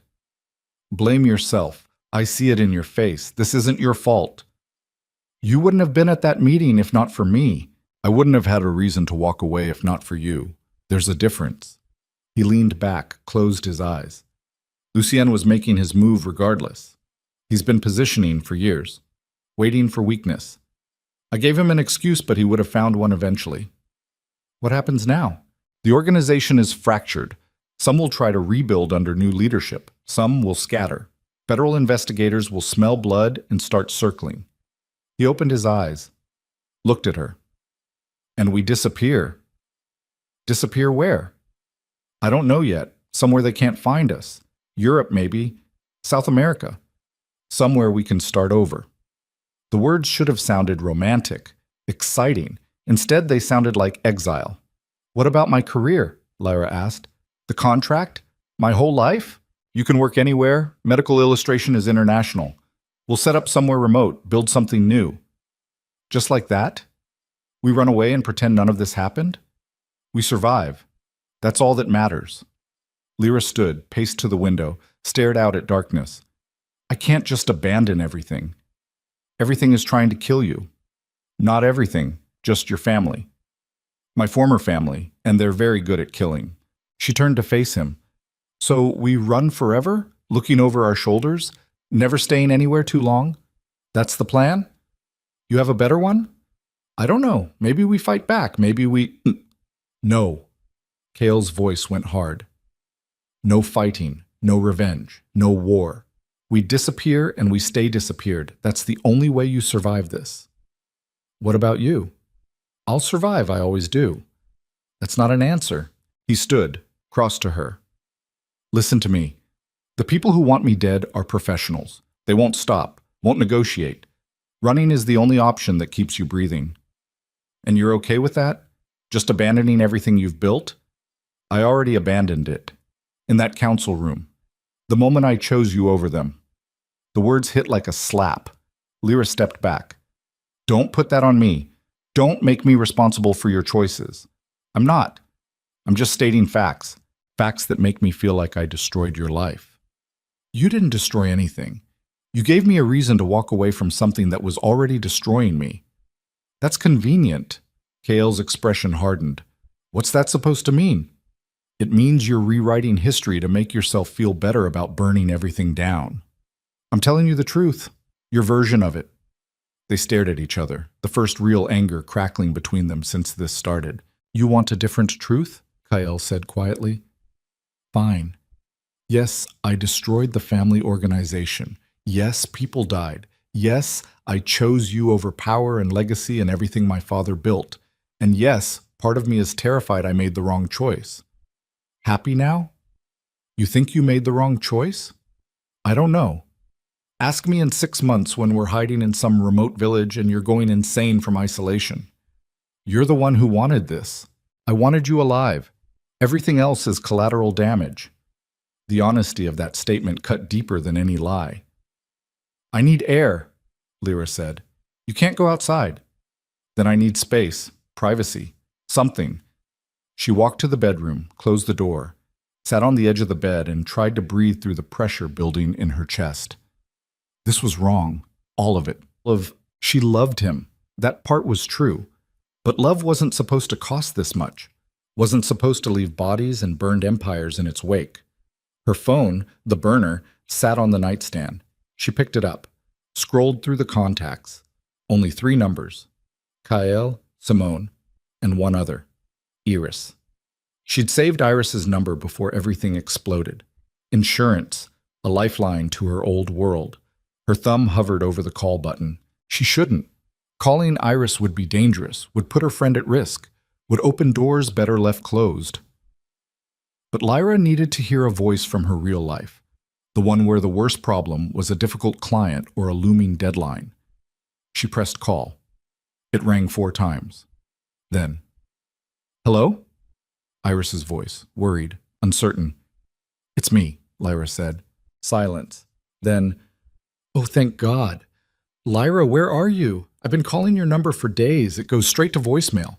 I thought you were—" "I'm okay. I can't explain everything, but I'm safe." "Safe where? What the hell is going on?" "There were news reports, something about a shooting in an industrial complex, multiple casualties. And then you vanish?" Lyra's blood went cold. "It's on the news. All over it. They're not releasing names yet, but witnesses reported gunfire. SWAT teams. It's insane. Please tell me you're not involved." Lyra stopped. "How did you explain this?" "It's complicated." "Uncomplicated. Are you in danger?" "Not right now." "Not right now" isn't the same as no. "Iris, is this about that guy? Kyle?" Saying his name out loud felt dangerous. "Yes." "Jesus Christ, Lyra. I warned you. I told you to be careful, and you—" "I know. You were right. I should have listened. So leave, right now. Whatever's happening, walk away. Come stay with me. We'll figure this out." The offer hung there. Tempting. Safe. Normal. "I can't," Lyra said. "Why not?" "Because I love him." Iris was quiet for a long moment. "You know that's insane, right? You've known him for what, 2 months? And now you're on the run because of his criminal family? That's not love. That's Stockholm Syndrome." "It's not." "Then what is it? Explain it to me. Make it make sense." Lyra tried, failed. "He sees me, really sees me, and I see him, the real him, not the enforcer or the heir or the monster everyone thinks he is, just him. And that's worth dying for?" "I don't know. Maybe, yes." "That's the most terrifying thing I've ever heard you say." "I know." More silence. Then Iris's voice, softer. "Are you really okay? Not being held hostage, okay? Actually okay?" "I don't know. I think so. My brain keeps trying to process everything and just stalling." "Where are you?" "I can't tell you that." "Can you at least tell me if you're planning to come back? To your apartment, your life, any of it?" Lyra looked around the safe house bedroom. Anonymous, temporary. Nothing that belonged to her. "I don't think so. Not for a while anyway." "So that's it? You're just gone?" "For now." She heard Iris crying, small sounds, trying to stay quiet. "I'm going to miss you. I'm going to miss you too. Be careful, please. Whatever you're doing, whoever you're with, just don't die for this." "I won't. Promise me." "I promise." "Liar." Lyra almost smiled. "Yeah, probably." They said goodbye. Lyra ended the call and sat holding the phone, feeling the distance between her old life and this one stretching into infinity. A knock on the door. "Come in," she said. KL entered, changed clothes, showered, the blood gone but the exhaustion still carved into his features. "I'm sorry. For earlier. For putting pressure on you. I'm sorry too. For picking a fight when you're barely staying upright." He sat next to her on the bed. "Who did you call?" "How did you—" "The phone logs, I checked. Security protocol." "Right, of course." She should have felt invaded, didn't have the energy. "I called Iris, my friend. I needed to hear a normal voice." "What did she say?" "That I'm insane for staying with you. That this is Stockholm Syndrome. That I should run." "She's probably right." "Yeah, probably." They sat in silence, not touching, just existing in the same space.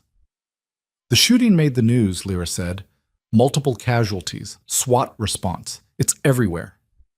Kale's jaw tightened. "Federal investigators will be all over this. They've been looking for a way into the family for years. This gives them everything." "Will they come after you?" "Eventually, but they need evidence, witnesses. Right now, it's just a crime scene. No names, no clear narrative. That buys us time. How much? Maybe a week, maybe less. Then what? Then we run, like I said, disappear before they connect the dots. Lyra looked at him, really looked. You've been planning this, haven't you? The escape routes, the timeline. You knew this was coming. I've been planning since the first threat. I don't leave things to chance. So you've just been waiting for the right moment to burn everything down and leave. I've been waiting for a reason. You became that reason. That's a lot of pressure to put on a person you've known for 2 months. I know, I'm sorry for that too. Stop apologizing. Then stop acting like you're a burden I'm carrying. You're not. You're the only thing keeping me human right now. The words hit hard, honest, raw. Lyra leaned against him, felt his arm come around her shoulders. They sat like that until sleep started pulling at the edges. We should rest, Kael said. Tomorrow's going to be complicated. More complicated than today? Much. They slept in their clothes, on top of the covers. Kael's arm around her waist, like letting go would mean disappearing into whatever darkness waited outside the safe house walls. Lyra woke to voices. Urgent. Angry. The clock read 4:23 a.m. She sat up. Kael was gone. She heard him in the main room, talking to someone. The tone was wrong. Sharp. Defensive. She got up, moved to the door, opened it slightly. Kael stood facing 3 men she'd never seen before. Suits. Professional. Weapons visible under their jackets. Not friendly. You can't be here, Kael was saying. This location is secure. How did you... We've known about this safe house for 6 months, one of them said. Older. Gray hair. Voice like gravel. Did you really think Lucien didn't have contingencies? Kael's entire body language shifted. Predatory. Dangerous. You worked for Lucien. We worked for the family. Lucien was family. You killed him. He gave me no choice. You always have a choice. You chose wrong. Simone appeared from another room, weapon drawn. Leave. Now. Or this gets ugly. The older man didn't even look at her. Put the gun down, Simone. You're outnumbered and outgunned. We're not here for violence. We're here for conversation. Then talk, Kael said. The family council, what's left of it, is meeting at dawn. They want you there. Want to discuss terms. What terms? Succession, power transfer, reparations for the damage you caused. I'm done with the family. The family isn't done with you. That sounds like a threat. It's a reality. You don't get to burn everything down and walk away clean. There are consequences. Kael's hands clenched. I'll pass on the meeting. That would be unfortunate for everyone. The older man's eyes flicked past Kael, found Lyra standing in the doorway. Especially for her. Kael moved immediately, put himself between Lyra and the men. Touch her, and I'll kill you all. We're not here to touch anyone. We're here to deliver a message. Come to the meeting, alone. Negotiate peace. Or we take alternative measures. Define alternative. Use your imagination. The men left, just walked out like they'd been discussing weather instead of threats. The door closed.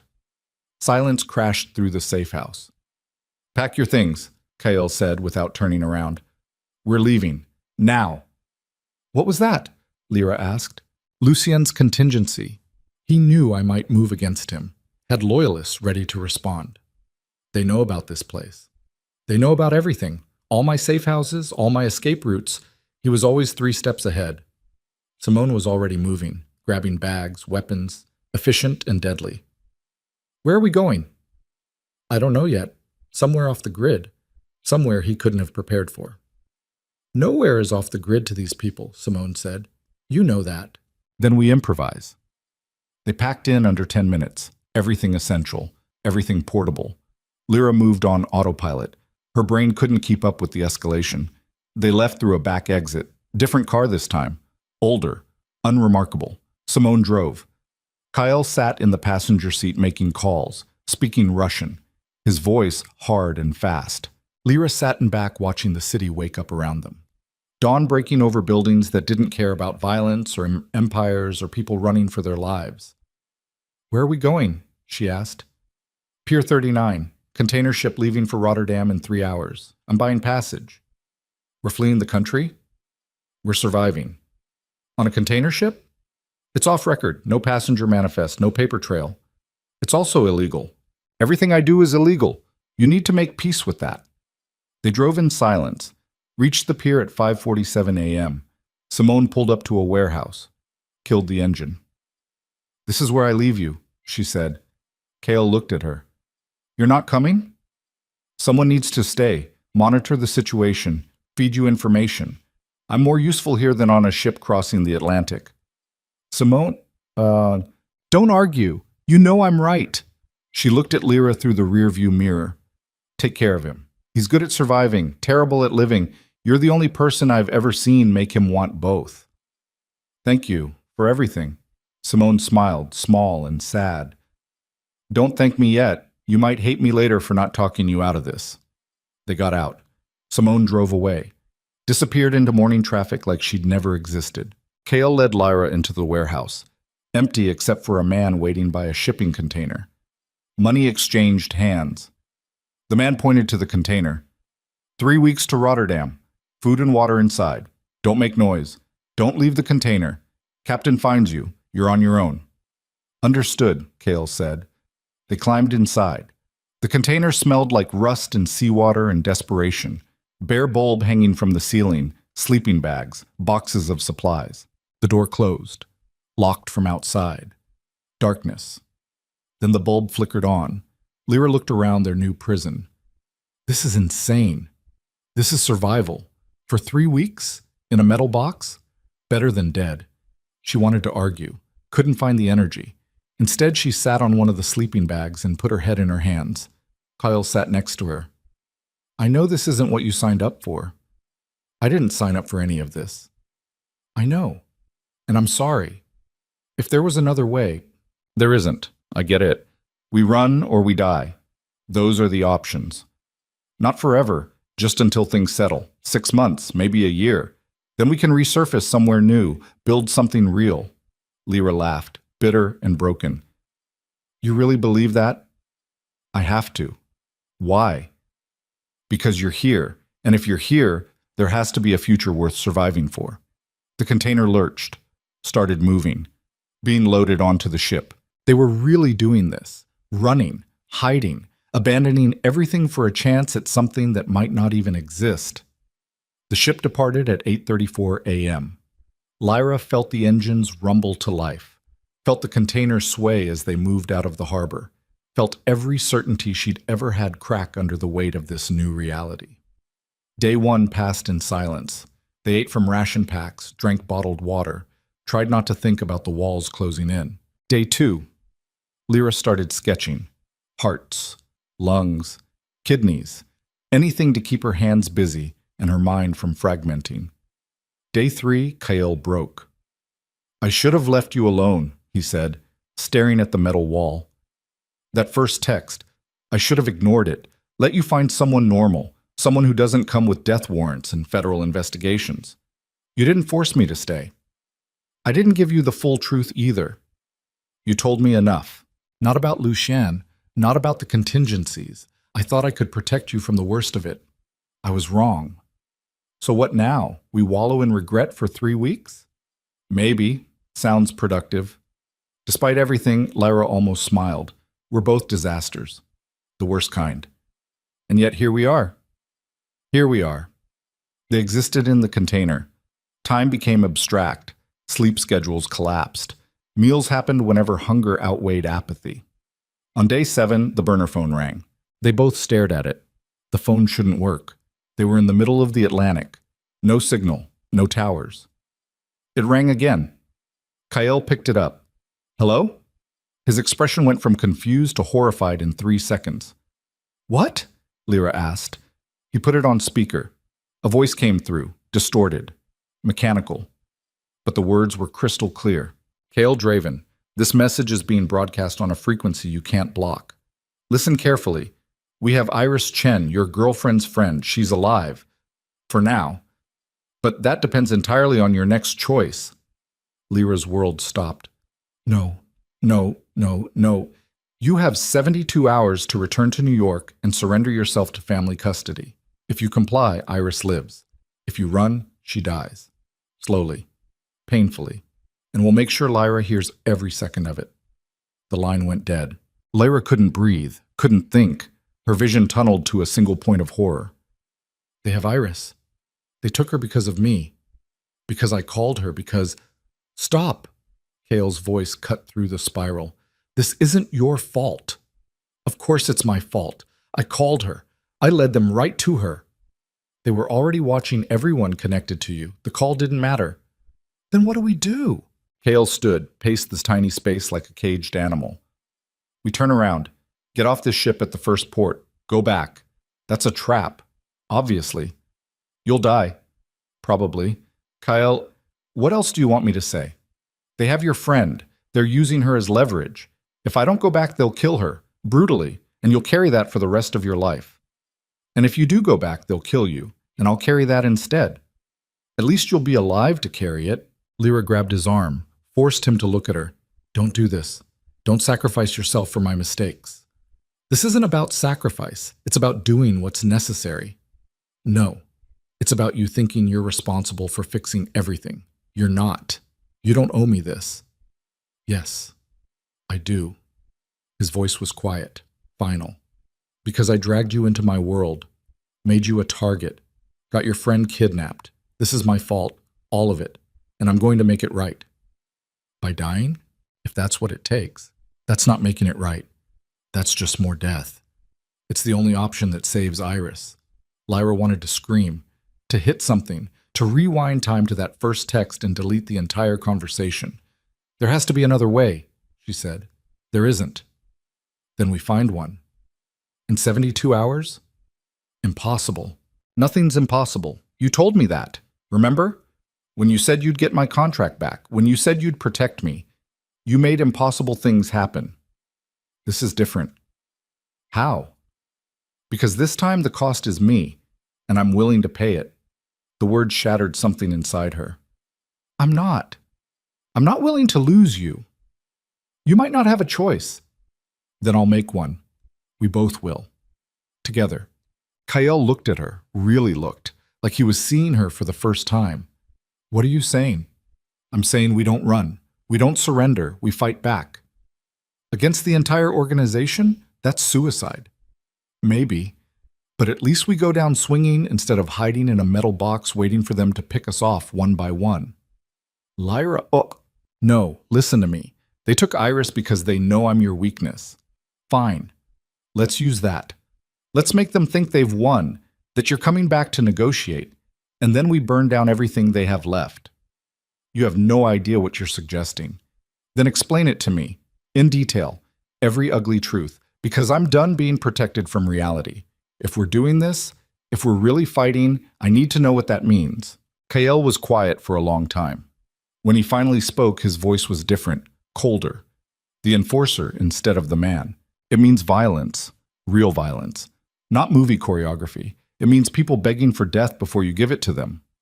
It means crossing lines you can't uncross. Becoming someone you won't recognize in the mirror. It means your hands covered in blood that never washes off. Not really. You smell it forever. Taste it. Dream about it. And part of you starts to wonder if you were always capable of this level of brutality. If it was always inside you waiting for permission. And you're okay with that? I'm not okay with any of it, but I'm functional. You won't be. You don't know that. I know enough. You draw hearts for a living, Lyra. You save lives indirectly. I end them directly. There's a difference. A fundamental one. And crossing that line changes you permanently. What if I want to change? You don't. Trust me. Stop telling me what I want. They stared at each other. The container walls closing in. 72 hours ticking down. This is insane, Kael said finally. Probably. But everything about us has been insane from the start. Why stop now? Despite everything, the horror, the impossibility, the absolute catastrophe their lives had become, Kael laughed. You're serious. You actually want to do this. I want Iris alive. I want you alive. I want to stop running. If fighting is how we get there, then yes, I'm serious. You'll hate me when it's over. Maybe. Or maybe I'll finally understand who you really are. That's what I'm afraid of. The phone rang again, same distorted voice. Have you made your choice? Kael looked at Lyra. She nodded. We're coming back, Kael said, but we're doing this my way. No family custody, no surrender. We negotiate face to face, neutral territory, or Iris dies and you get nothing. Silence on the line. Then, 48 hours. Pier 17. Midnight. Come alone. I'm bringing Lyra. Then you both die. Try it. See what happens. The line went dead. Lyra felt her heart hammering. What did you just do? Change the game. They expected surrender. I gave them war. Can we actually win this? I don't know. Probably not. But we'll make sure they remember us. That's not reassuring. It's not supposed to be. It's supposed to be true. They convinced the ship captain to let them off at the next port. Cost everything they had left, plus the promise of future payment. The man looked at them like they were already dead. Maybe they were. The port was Halifax. They had 41 hours to get back to New York. To plan. To prepare. To become the kind of people who could walk into certain death and somehow survive. Kael made calls, used connections he'd been saving for emergencies, weapons, information, allies who owed him favors. Lyra watched him transform. The man who'd held her gently in the safe house disappeared. In his place, the enforcer, the strategist, the violence-made professional. You need to learn to shoot, he said on the plane back to New York. I've never held a gun. That changes today. They landed at a private airfield, drove to a warehouse Kael kept off books. Inside, an arsenal. He handed her a Glock 19. Feel the weight. Get comfortable. Lyra held the weapon like it might explode. This is insane, this is survival. Aim, breathe, squeeze. Don't pull. She fired at targets. Missed. Fired again. Hit the edge. By the 100th round, her hands had stopped shaking. By the 200th, she hit center mass. Kael watched with something that looked like pride mixed with horror. You're a natural. Don't say that like it's a good thing. In this context, it is. 24 hours before the meeting, Kael laid out the plan. They'll have people surrounding Pier 17, snipers, ground units, escape routes blocked. They're not expecting us to survive the night. So how do we? We don't go in through the front, we go through the water. Underwater approach, surface behind their position, hit them from the direction they're not watching. That's insane. That's why it might work. Lyra wanted to argue, found she had no better options. What about Iris? She'll be there. They need her alive to maintain leverage. Once we're inside, we find her, extract her, then we burn the whole operation to the ground. Simple. Not even slightly. Kael pulled out a map, marked positions, explained timing, contingencies, failure points. Lyra listened, memorized, became someone she didn't recognize. 10 hours before the meeting, Simone appeared at the warehouse. I thought you were staying behind, Kael said. Changed my mind. You're walking into a death trap. Figured you could use backup. Simone, don't argue, I've already made my choice. Kael looked at her, then pulled her into a brief hug. Thank you. Thank me when we're not dead. 5 hours before the meeting, Lyra sat alone checking her weapon, loading, unloading, loading again. Kael sat down next to her. You don't have to do this. We've had this conversation. I know, but I need to say it again. You can still walk away, disappear. I'll give you everything I have left. New identity, money, protection. You can build a life somewhere safe. Without you. Yes. No. Lyra said, I said no. We do this together or not at all. He looked at her for a long moment, then kissed her, soft and desperate, like goodbye disguised as hello. I love you, he said. I need you to know that. Whatever happens tonight, I love you. I love you too. And we're both going to survive to regret this conversation tomorrow. From your mouth to whatever's listening. Midnight approached like a predator. They geared up. Weapons, comms, waterproof equipment. Simone ran final checks. At 11:17 p.m., they moved out. The water was freezing, black as oil. Lyra followed Kael's lead, breathing through the rebreather, counting strokes, staying focused on movement instead of terror. They surfaced behind Pier 17 at 11:53 p.m. Kael's intel was perfect. Guards positioned exactly where he predicted. Snipers on rooftops, ground units at every entrance, all watching the wrong direction. They climbed onto the pier, silent, efficient. Simone took point. Kyle covered rear. Lyra stayed between them. Inside the warehouse, lights blazed, figures moving, voices echoing, and in the center, tied to a chair, bleeding from a dozen small cuts, Iris. Lyra's heart stopped. Kael's hand on her shoulder, steadying. Wait for my signal. They waited. 30 seconds that felt like hours. Then Kael moved. It happened fast. Too fast for Lyra's brain to catalog. Kael and Simone flowing through the space like violence made liquid. Shots fired, bodies dropping, chaos erupting. Lyra ran to Iris, cut the ropes. Are you okay? Iris looked at her with wild eyes. Who the fuck are you? It's me, Lyra. Come on, we need to move. Lyra's dead. They told me she's dead. I'm very much alive, and we're leaving, now. She pulled Iris up, half-carried her toward the exit. Behind them, the firefight intensified. Lyra heard Kael shouting orders, heard Simone returning fire, heard men screaming. They made it outside, into open air. Freedom 10 feet away. Then the shot rang out. Lyra felt impact, not in her, next to her. Iris crumpled, blood spreading across her chest, eyes going wide with shock. No, no, no, no! Lyra dropped to her knees, pressed hands against the wound. Stay with me, stay with me. Iris coughed, blood on her lips. Lyra? I'm here. You're going to be okay. Just stay. I'm cold. I know. Just hold on. But Iris's eyes were already going distant, pupils dilating, breath rattling. She died in Lyra's arms at 12:07 a.m., and something inside Lyra died with her. Kael appeared, saw Iris, saw Lyra's face. We have to go. They're regrouping. She's dead. They killed her after everything. I know, I'm sorry, but we need to move. No. Lyra stood, Iris's blood covering her hands, her arms, her clothes. No more running. Lyra. She picked up the gun she'd dropped, checked the chamber, turned toward the warehouse where gunfire still echoed. What are you doing? Kael asked. Finishing this. That's suicide. I don't care.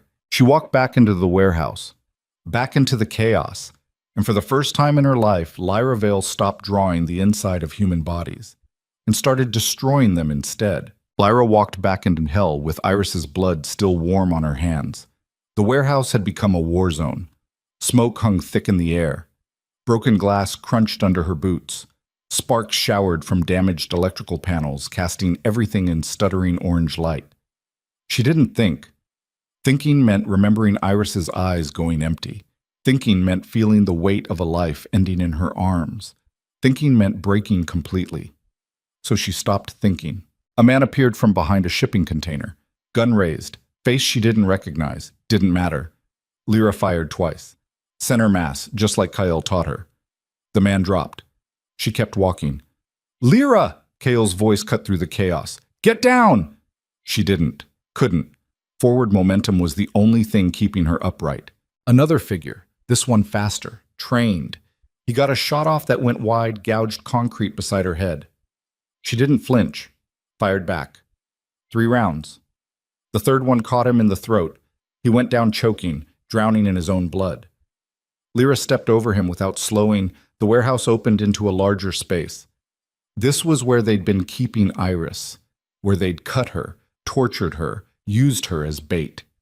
6 men remained, armed, dangerous, faces hardened by years of violence. They saw Lyra and raised their weapons.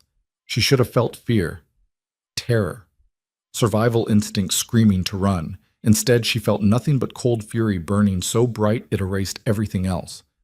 You killed her. Her voice didn't sound like hers. Too flat, too empty. You took her, and you broke her, and you killed her. Drop the weapon, one of them said. Older, gray beard, eyes like dead fish. Now! Lyra fired at him. Missed. Her hands were shaking now. Adrenaline finally catching up to shock. The warehouse exploded into gunfire.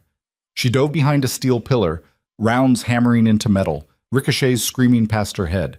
Her ears rang. Her pulse hammered so hard she could feel it in her teeth. This was insane. She was going to die. They were going to cut her down and it would be over, and maybe that was fine. Maybe dying here was better than living with Iris's blood on her hands. Then Kale was there, sliding in next to her, face streaked with smoke and blood, eyes wild but focused. "What the fuck are you doing?" he shouted over the gunfire. "Finishing it. By getting yourself killed? If that's what it takes." He grabbed her face, forced her to look at him. "Listen to me. Iris is gone. I know. I'm sorry, but dying here doesn't bring her back. It just makes her death meaningless." "Nothing about this is meaningful. Then let's make it mean something, together, like we planned." Lyra wanted to argue, wanted to tell him she didn't care about plans or survival or any of it, but his hands on her face felt real, solid, the only thing tethering her to reality. "Okay," she whispered. "Okay." Simone's flanking left. "We go right. On my count. 3. He didn't get to 2. The pillar exploded. Something heavy hit it, a grenade maybe. The blast wave picked them up and threw them 6 feet. Lyra hit the ground hard, tasted blood. Couldn't hear anything except a high-pitched whine. She rolled onto her side. Saw Kyle doing the same, both moving on instinct because stopping meant dying. 2 men rushed their position, thinking they were down, vulnerable. Kyle shot the first one from the ground. Lyra shot the second. Her ears were still ringing, but she saw him fall. Saw the surprise on his face as he realized a woman half his size had just put 2 rounds in his chest. "Move!" Kyle was up, pulling her. They ran for better cover, made it behind a concrete barrier as more rounds chased them. Simone appeared on the far side, moving like a ghost, professional, deadly. She took down 3 men in as many seconds, each shot placed with surgical precision. The gray-bearded man was shouting orders, trying to regroup his people. But Kyle and Simone had broken their formation, created chaos, turned the ambush back on the ambushers. "How many left?" Blair asked. Her voice sounded strange, distant. 4? Maybe 5. Kale checked his magazine. 3 rounds left. "We need to end this fast. I'm almost out." "Me too." He looked at her, really looked. "You're bleeding." "What?" He touched her forehead. His fingers came back red. "Shrapnel from the blast. You're cut." She hadn't felt it, still didn't. Adrenaline was a hell of an anesthetic. "I'm fine." "You're not, but we'll deal with it later." He pulled a backup magazine from his vest, handed it to her. "Last one. Make it count." She reloaded. Muscle memory from hours of practice in the warehouse. Her hands moved automatically while her brain struggled to process everything. Iris was dead. They were trapped in a firefight. She'd killed at least 3 people in the last 10 minutes, and the night wasn't over. "I need you to trust me," Kyle said. "Can you do that?" "Always." "I'm going to draw their fire. When they focus on me, you and Simone flank from both sides. Cut them down, fast and clean." "That's a terrible plan." "It's the only one we have. You'll get shot." "Probably, but I've been shot before." "I'll survive." "Kyle," he kissed her, hard and fast. "I love you, remember that." Then he was gone, moving into the open, firing, shouting, making himself the biggest target in the room. The remaining men took the bait. All of them turned toward him, weapons tracking his movement. Lyra moved left. Simone moved right, synchronized, professional. They fired simultaneously. Graybeard went down first. Simone shot. Clean headshot. He dropped like someone cut his strings. The man next to him turned, saw Lyra, started to swing his weapon around. She shot him twice, chest and stomach. He folded, went down hard. 2 left. Kale was behind cover now, pinned. They had him in a crossfire. Any movement meant exposure. Simone took one. 3-round burst. The man's body jerked with each impact. He fell backward, didn't move again. The last one was young, maybe mid-20s, face still smooth, eyes wide with the realization that he was alone, outgunned, about to die. He dropped his weapon, raised his hands. "Wait, please, I'm done." Simone shot him anyway, single round, through the heart, Professional mercy. The warehouse went silent except for ringing ears and labored breathing. Kyle emerged from cover, checked each body, making sure. Always making sure. Lyra stood frozen, watching. Her hands wouldn't stop shaking. The gun felt like it weighed 1,000 pounds. "It's over," Simone said quietly. "We need to move. Police will be here in minutes." "Iris," Lyra's voice cracked. "We can't leave her." Kyle walked to where Iris's body lay, knelt beside her, closed her eyes gently. "I'm sorry for all of this. You deserved better. We need to take her," Lyra said. "We can't just... We have to." Kyle stood. "If we take her body, we become suspects. They'll track us, hunt us. We'll never be free." "I don't care about free. She was my friend, my responsibility. This is my fault." "It's not... Don't." The word came out as a scream. "Don't tell me it's not my fault. I called her. I led them to her. I got her killed. This is all on me." Kale crossed to her, pulled her against him even as she tried to fight it, held her while she broke, while sobs tore through her chest, while the reality of what she'd done, what she'd become, crashed down like a building collapsing. "We have to go," he said into her hair. "Right now, or we die here too." Sirens in the distance, getting closer. Simone was already moving toward the exit. Efficient, practical, survivor. Lyra looked back one more time. At Iris. At the friend she'd destroyed by association. At the price of loving someone like Kyle Draven. Then she followed him into the darkness. They ran through back alleys, industrial corridors, places where cameras didn't reach and people didn't ask questions. Simone led. She knew the city's skeleton, the hidden veins that kept it alive. They reached a garage 3 blocks from the pier. Different car. Already prepared. Keys in the ignition. Go bag in the trunk. Kyle always had contingencies. "Where?" Simone asked as she drove. "Airport, private terminal, there's a charter waiting." "Destination?" "Anywhere that isn't here." They drove in silence. Lyra sat in back watching the city blur past. Lights and buildings and lives continuing like nothing had happened. Like she hadn't just killed 3 people. Like Iris wasn't lying dead in a warehouse waiting for cops to find her. "I'm a murderer," she said. "Not to anyone specifically, just stating facts." "You're a survivor," Kale corrected. "There's a difference." "Is there?" "Yes. Murder implies choice, intent. You were defending yourself. Defending us." I walked back into that warehouse. That was a choice. Made under extreme duress, after watching your friend die. Any court would... I'm not worried about courts. I'm worried about mirrors. She looked at her hands, still stained with Iris's blood. "How do you do it? Live with this? The killing?" Kale was quiet for a long moment. "Badly. I live with it badly. Some days I function, some days I don't. Most days I just exist, going through motions, pretending I'm human. And now I get to do the same." "No, you get to be better than me. You get to feel it, to let it hurt. That's what separates you from people like me." "I don't want to feel it. It's too much. It's..." Her voice broke. "I can't carry this." Simone spoke from the driver's seat. "Then don't. Not alone. That's the point of having people. They help carry what you can't." "You barely know me. I know enough. You stayed when anyone sane would have run. You fought when you should have hidden. You loved someone the world told you to fear." She met Lyra's eyes in the rearview mirror. That's worth carrying weight for. They reached the airport at 2:43 a.m. private terminal. No TSA, no questions, just money changing hands and doors opening. The charter was small, 8 seats. Pilot who looked like he'd flown contraband in 3 different countries. He didn't ask about the blood, didn't ask anything. "Mexico City," Kyle told him. "Fast as you can." They were airborne by 3:17 a.m. Manhattan disappeared below them. City lights fading into darkness. Everything Lyra had known shrinking to nothing.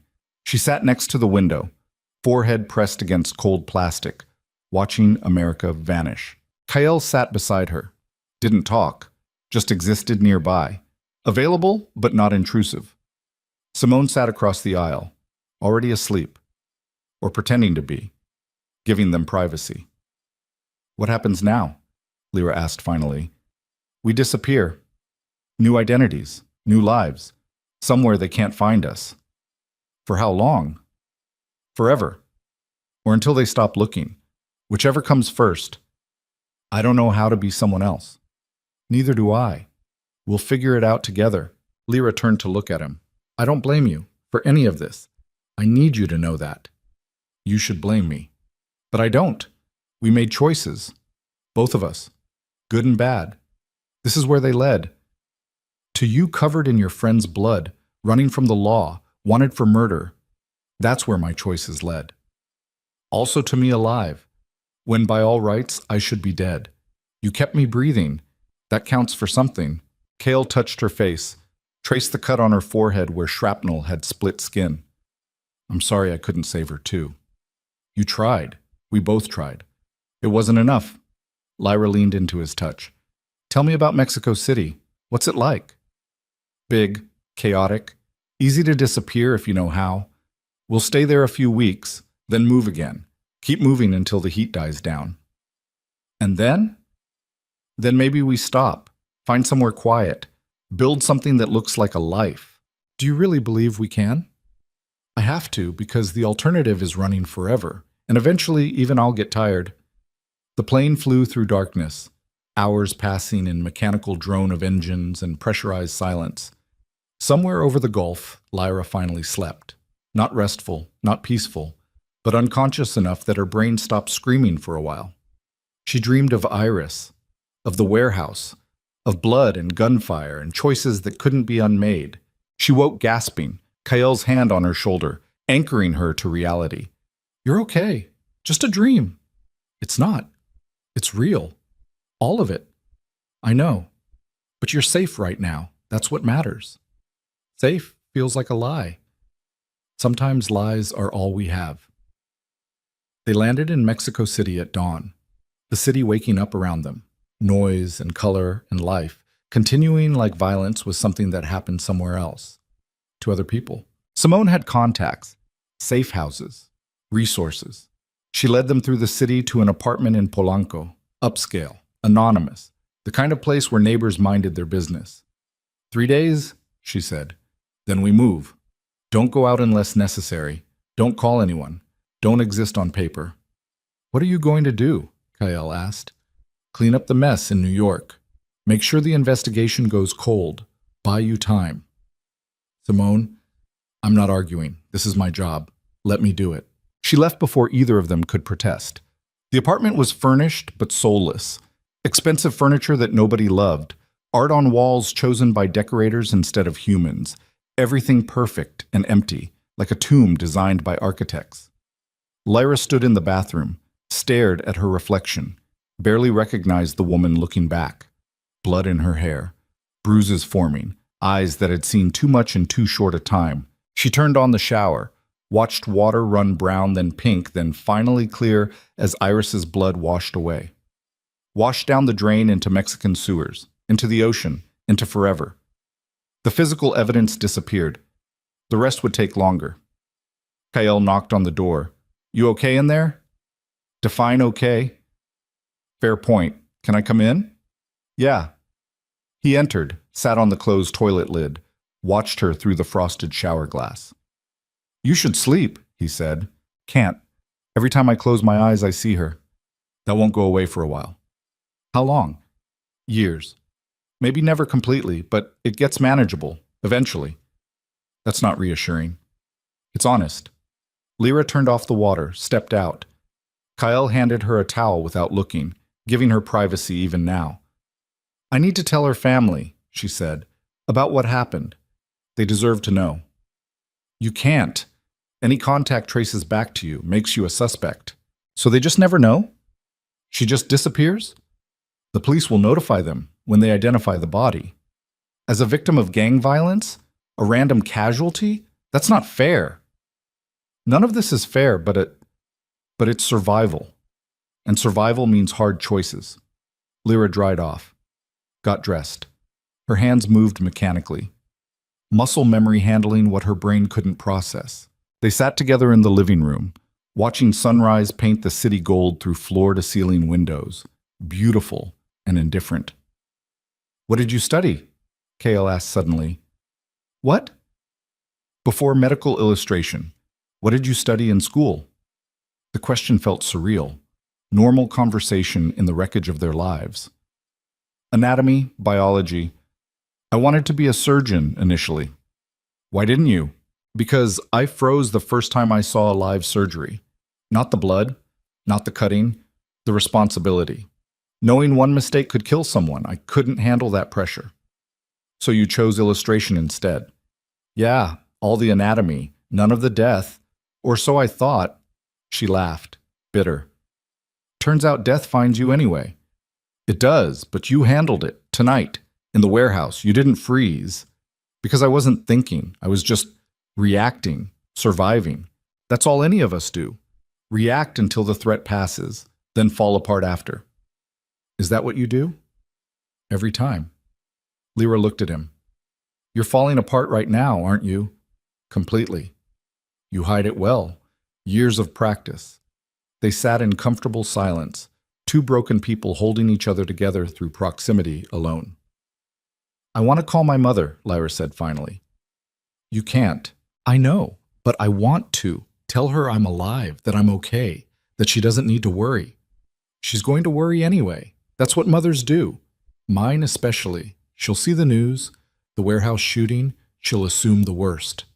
Better she assumes than knows for certain. Gives her hope. Hope that her daughter isn't a murderer. Hope that her daughter is alive. That's all that matters to her. Lyra wanted to argue. Couldn't find the energy. Everything hurt. Her body, her mind. Her soul felt scraped raw. How long before they connect me to the warehouse, she asked. Depends on how good the investigators are. Could be days, could be hours if they run DNA on the blood at the scene. My blood. Yes. So we're on a clock. We're always on a clock. This just made it faster. A phone rang, Khalil's burner. He answered, listened. His expression went from neutral to grim. Understood. When? Right. We'll be ready. He hung up. What? Lyra asked. That was Simone. The federal investigation moved faster than expected. They're identifying bodies, running prints. Your name came up. How? The bullets. Ballistics matched to the gun you used. They ran the serial number, traced it back to a dealer I used. He gave them everything. So they know I was theirs. They know someone using your gun was there. But they also found your DNA and irises. They're connecting dots. Fast. Lyra felt her stomach drop. How fast? They issued a warrant 2 hours ago for questioning initially, murder charges pending evidence. Jesus Christ. Interpol will get involved soon. International manhunt. This gets much harder from here. How much harder? We need to move. Today. Now. And we need to go deep. Somewhere without extradition treaties. Somewhere they can't touch us legally. Where? I'm thinking Argentina. Or maybe Southeast Asia. Somewhere with cash economies and flexible law enforcement. That sounds like hell. It's survival. Hell is better than prison. They packed in under 20 minutes. Everything essential, everything portable. Lyra felt like she'd been running forever. Like stillness was a myth she'd invented during a previous life. Simone returned at 10:47 a.m., looking exhausted, defeated. It's bad, she said without preamble. Every agency is looking for you both. CIA, FBI, Interpol. They're treating it as organized crime with international implications. Because of my family, Kyle said. Because you slaughtered half of it in one night. That doesn't go unnoticed. Options? Limited. I can get you to Argentina. Contact there owes me. But after that, you're on your own. My reach doesn't extend to South America. We'll manage. Will you?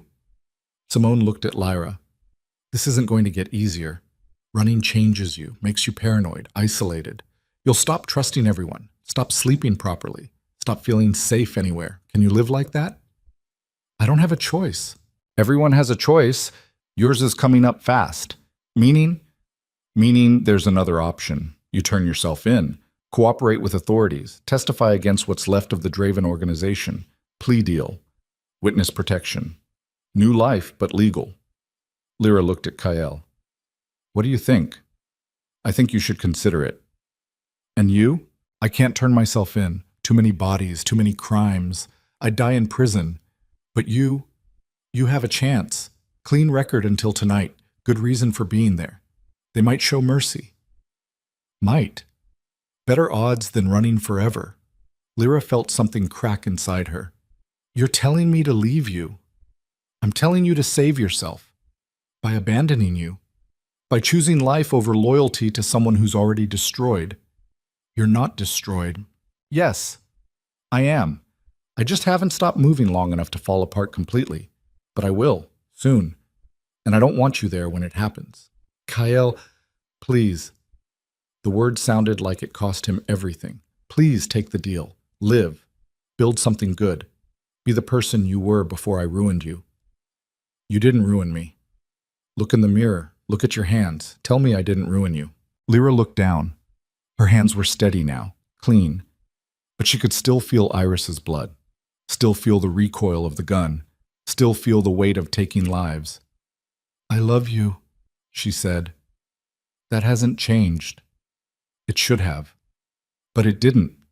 Kale pulled her close, held her like she was the only real thing left in the world. If you love me, prove it. Turn yourself in.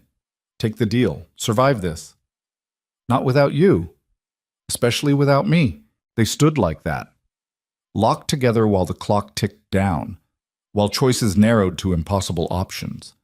Simone cleared her throat.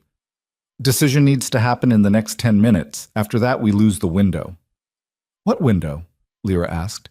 The one where I can still make calls, still negotiate, still buy you leverage. After that, you're just fugitives. Kyle pulled back, looked Lyra in the eyes. What do you want? Really want? Not what you think I want. Not what seems noble. What does your gut tell you? Lyra closed her eyes, listened. Underneath the fear and grief and exhaustion, she heard something. Truth. She opened her eyes. I want to run with you, however long we have, whatever it costs. I want us to have that. That's insane. Probably, but it's my choice, and I'm making it. Kale searched her face, looking for doubt, hesitation. Found none. Okay, he said finally. Okay. We run. Together. Simone nodded. Argentina it is. Cars downstairs, leaves in 5 minutes. They grabbed their bags, moved toward the door. The elevator descended. 43 floors to the garage. Each floor felt like a countdown to something irreversible. The doors opened. 3 men stood waiting. Suits. Professional. FBI written all over them. Kale Draven, Lyra Vale. You're under arrest for murder, racketeering, and conspiracy to commit acts of terrorism. You have the right to... Kale moved. Faster than thought. Faster than reaction. He grabbed Lyra and pulled her backward. Hit the elevator button. Doors started closing. One of the agents lunged, got his hand in. Doors bounced open. Kyle kicked him in the chest, sent him sprawling, hit the button again. This time the doors closed. Oh God, oh God, oh God. Lyra couldn't breathe. How did they... Doesn't matter. We're compromised. Simone? But Simone was already moving. Phone out, making calls. Rooftop, helicopter, 2 minutes. Move. They ran upstairs, 43 flights, legs screaming, lungs burning. Behind them, doors crashed open, footsteps thundering, voices shouting for them to stop. They didn't stop. Burst onto the roof, wind whipping, city spreading below like a judgment. The helicopter was already there, rotors spinning, pilot gesturing frantically to hurry. They ran for it, 10 feet away. 5. The roof access door exploded open, agents pouring out, weapons drawn. Stop or we fire. Kyle didn't stop. Pulled Lyra toward the helicopter. Simone covering their retreat. Firing shots that went wide. Warning shots, buying seconds. They reached the helicopter, scrambled inside. Go, go, go, Simone screamed. The pilot pulled up. Hard. The helicopter lurched into the sky. Below them, agents fired, rounds pinging off metal. One shattered the windscreen, spiderweb cracks spreading. The pilot swore in Spanish, banked hard, put buildings between them and the shooters. They flew low, weaving through downtown Mexico City, sirens wailing below, more helicopters scrambling, police, military, everyone. Where? The pilot shouted. Border, Simone said. Guatemala. Fast as this thing can fly. We won't make it. They'll have F-16 TLS in the air in 20 minutes. Then get us close enough to drive the rest.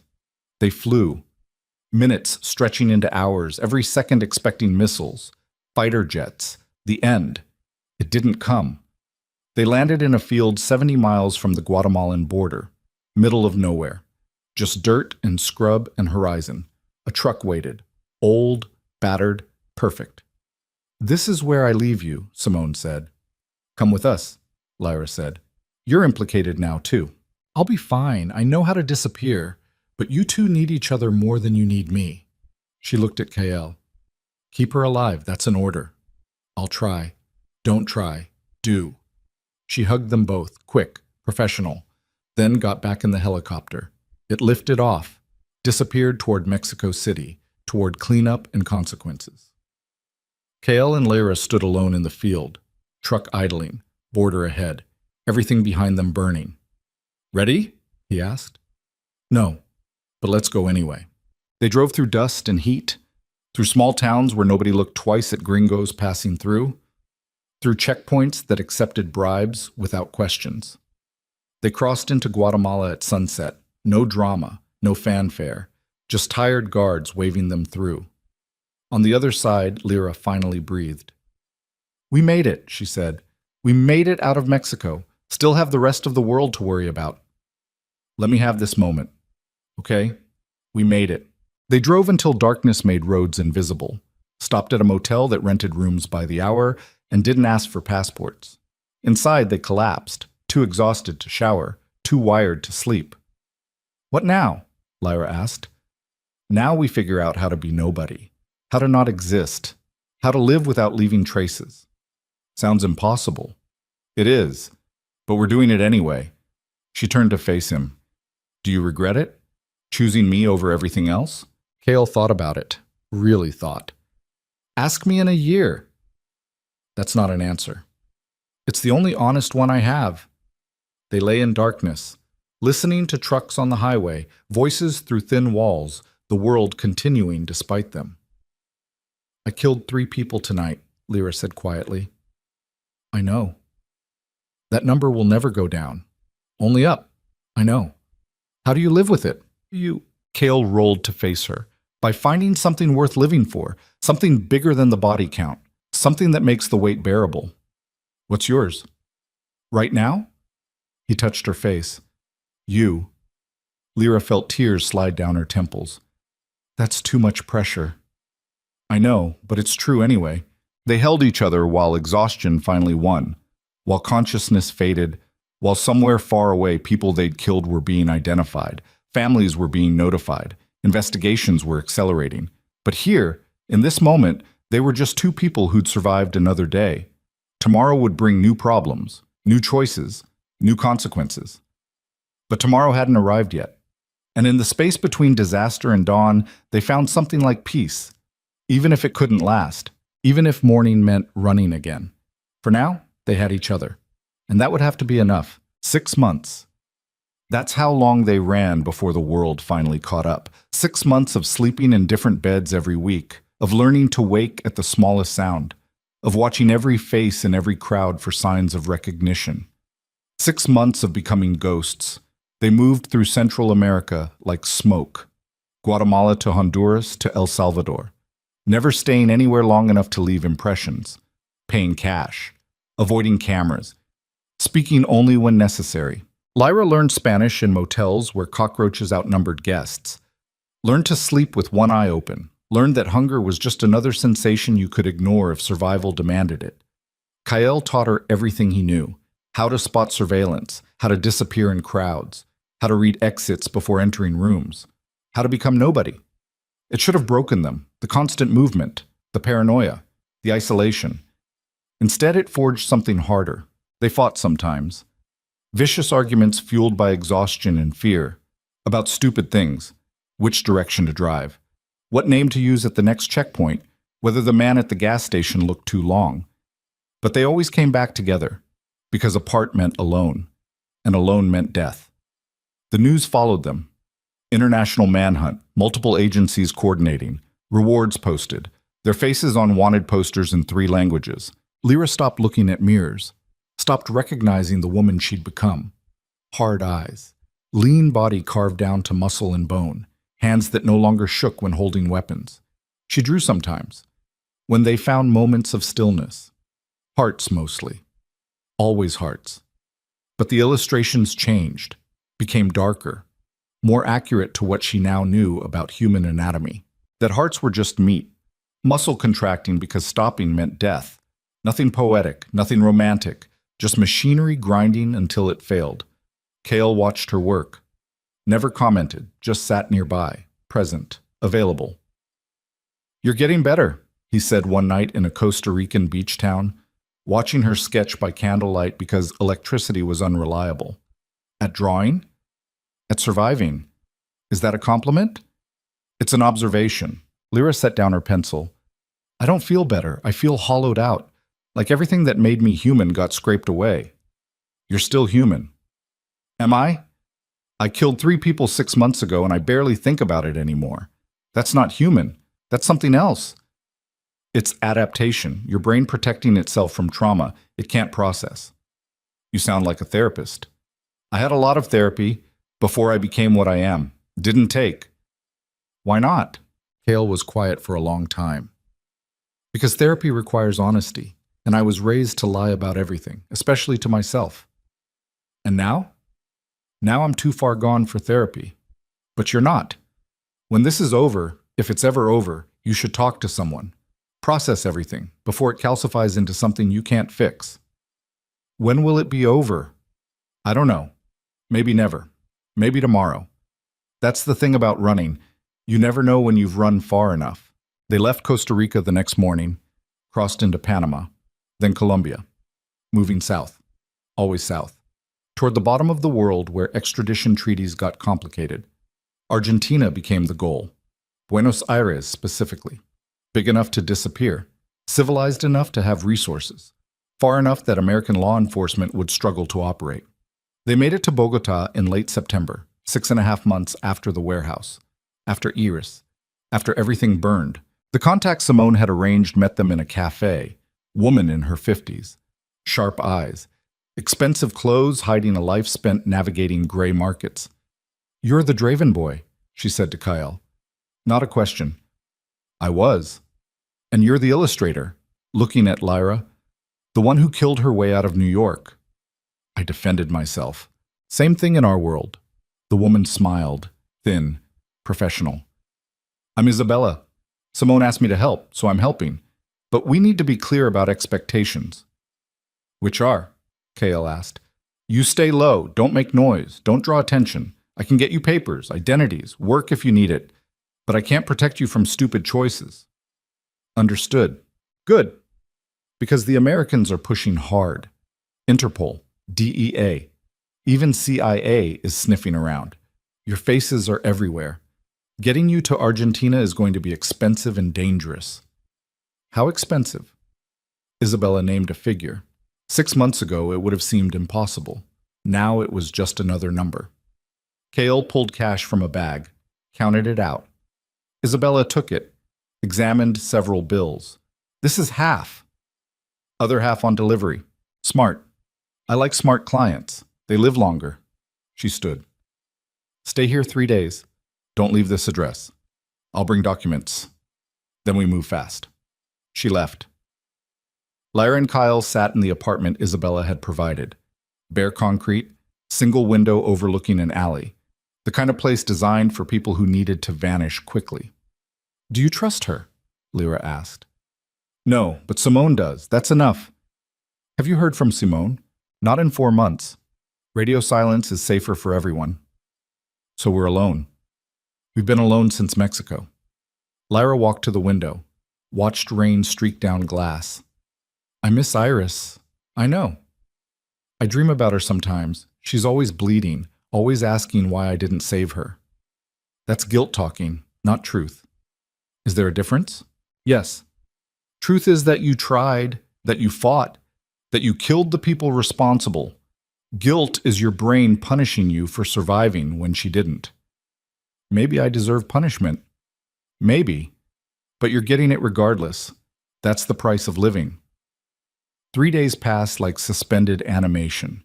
They didn't leave, didn't speak much, just existed in the space between disaster and whatever came next. Isabella returned on the 4th day, brought papers, passports, driver's licenses, birth certificates, complete identities. "You're now Marcus and Elena Soto," she said, "Colombian nationals, emigrating to Argentina for work, banking records, employment history, everything you need." Lyra examined the passport. Her face, different name. "How did you Better you don't know details. What matters is they'll pass inspection. Unless someone runs deep background, then you're exposed." "How long until someone does?" Kale asked. "Depends on priority. Could be months, could be never. Americans are persistent, but bureaucracy slows everyone down." "When do we leave?" "Tonight. Private flight to Mendoza. Then you drive to Buenos Aires. I have a flat arranged, first month paid. After that, you're on your own." "Why Mendoza?" "Because flying direct to Buenos Aires means more security, more cameras, more risk. We go sideways, approach from unexpected angles. That's how you survive." They left at midnight. Small plane. Pilot who didn't speak, didn't make eye contact, just flew. The Andes passed below them, peaks catching moonlight, beautiful and indifferent. The kind of beauty that existed before humans and would exist after. Lyra pressed her face to the window. "I used to dream about traveling, seeing the world. This isn't what I imagined." "What did you imagine?" "Museums, galleries, medical conferences in interesting cities, meeting people, learning things, building a career that mattered." "Your career did matter. Those cardiac illustrations saved lives, helped surgeons understand anatomy. That's not nothing. It feels like nothing now, like it happened to someone else." "It did. You're different now. We both are. Do you miss who you were before?" Kale thought about it. "I don't remember who I was before. The family, the violence. It's been my whole life. I don't have a before." "That's sad." "It's reality. But you had a before, a real one, with friends and family and a future that didn't involve running." "Had, past tense. You could get it back, eventually, with the right lawyer, the right story, self-defense, duress. A good attorney could argue." "Stop." Lyra turned from the window. "We've had this conversation. I'm not turning myself in. I'm not leaving you. I made my choice. A choice you might regret. Probably, but it's mine. Let me own it." They landed in Mendoza at 3:47 a.m. Isabella's people had a car waiting. Old sedan, unremarkable, keys in the ignition. Isabella handed Kale a phone. "Burner, my number is programmed. Call if you need help, but try not to need help." "Thank you. For everything. Don't thank me yet. Thank me in a year if you're still breathing." She disappeared into the pre-dawn darkness. Kyle drove. East toward Buenos Aires, through wine country, through mountains giving way to plains, through sunrise painting everything gold. Lyra slept. First real sleep in weeks, deep enough to dream, deep enough to not remember the dreams after. She woke as they entered Buenos Aires. The city spreading before them, massive, chaotic, perfect for disappearing. The flat was in Palermo. 3rd floor walk-up, small but clean, furnished with cast-offs and donated furniture. Windows overlooking a street market that would provide noise and crowds and anonymity. They moved in with nothing but bags. No history, no traces. Just two people starting over in a city that didn't know their names. "What now?" Lyra asked, standing in the empty living room, sunlight cutting through dusty windows. "Now we build a life, or something that looks like one." "Doing what?"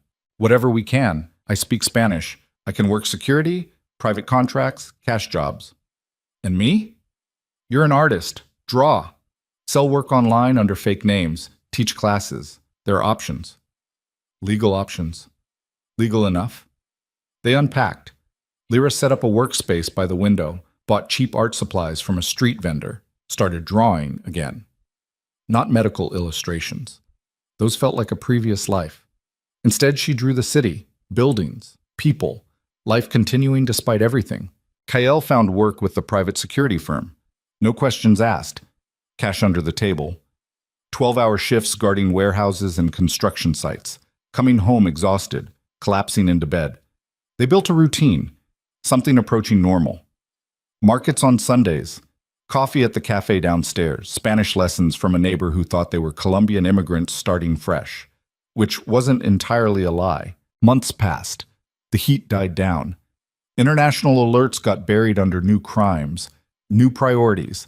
They stopped seeing their faces in wanted posters, started believing they might actually survive this. Then one Tuesday in late February, everything shattered. Lyra was sketching at the cafe, lost in work. Didn't notice the man until he sat down across from her. Mid-40s, American, wearing the kind of casual clothes that screamed federal agent trying to blend in. Lyra Vale, he said quietly. Or should I call you Elena Soto? Her blood turned to ice. I don't know what... Don't, please. I'm not here to arrest you. I'm here to talk. I have nothing to say. Then listen. He slid a card across the table. Department of Justice, Special Investigator. Name, David Chen. I'm Iris's brother. The world tilted. Lyra couldn't breathe. You're her older brother. I've been looking for you since the warehouse. Since she died. And before you run, hear me out, please. Every instinct screamed to bolt, to run, to disappear before he could call backup, but the name stopped her. Chen. Iris's family name, family she'd destroyed by association. How did you find me? She managed. I'm good at my job, and you're not as invisible as you think. Facial recognition, pattern analysis. Eventually, everyone makes a mistake. Are you here to arrest me? If I was, you'd already be in handcuffs. I told you. I'm here to talk. About Iris. About what happened. About the truth. The truth is I got her killed. The truth is more complicated than that. David leaned forward. I know what happened. I've seen the evidence. The surveillance. The forensics. You didn't kill Iris. You tried to save her. The people who took her killed her, not you. I led them to her. They would have found her anyway. The Draven organization was thorough. They had files on everyone connected to Kael. Iris was marked the moment you called her. That phone call didn't matter. Lyra felt tears sliding down her face. Why are you telling me this? Because you deserve to know, and because I need to understand. My sister died in a warehouse surrounded by violence. I need to know it meant something, that her death wasn't random. It wasn't random. It was targeted. They used her to get to me, to get to Kael. She was leverage that stopped being useful. So they killed her. Yes. David was quiet for a long moment. Did they suffer, the people responsible? Lyra met his eyes. Yes, they suffered. Good. He stood. I'm not going to arrest you, Lyra. What happened at that warehouse was self-defense. Justified use of force. Any prosecutor with half a brain could see that. But you ran, and running made you look guilty. I had no choice. You always have a choice, and yours was Kael Draven over justice. I understand that. Love makes people do insane things. He pulled out another card. Different number. This is a private line, untraceable. If you ever want to come in, tell your story officially. Make sure the record reflects what really happened. Call me. And if I don't, then you keep running, and I keep hunting other cases. Either way, Iris is still dead. But at least now you know the truth. You didn't kill her. They did. And you made them pay for it. He walked away, disappeared into the Buenos Aires crowds, left Lyra sitting alone with two cards and a truth she didn't know how to carry. She went home, found Kael packing a bag. We need to leave, he said without preamble. Now. What happened? Someone made me at work, recognized my face from wanted posters, called it in. We have maybe an hour before they triangulate this location. Kael, no arguments. Grab essentials. We're gone in 5 minutes. Wait, Lyra pulled out the cards. Someone already found us. She told him about David, about the conversation, about the offer. Kael stared at the cards. Federal investigator. He could have arrested you. Didn't. Why? Because he's Iris's brother, and he knows the truth. The truth doesn't matter to prosecutors. Evidence matters, and the evidence says you killed 3 people. In self-defense, he said so himself. He's one man, not a jury. You really think turning yourself in means freedom? No, but maybe it means closure. Maybe it means stopping this endless running. Kale sat down heavily. You want to turn yourself in. I don't know what I want. I'm tired, Kale. So tired. And I don't know how much longer I can keep doing this.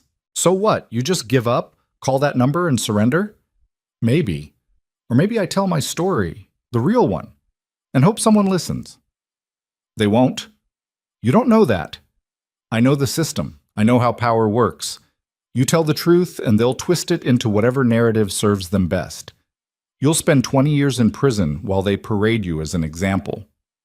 Or maybe I don't. Maybe telling the truth matters. Truth is a luxury people like us can't afford. Lyra looked at him. Really looked.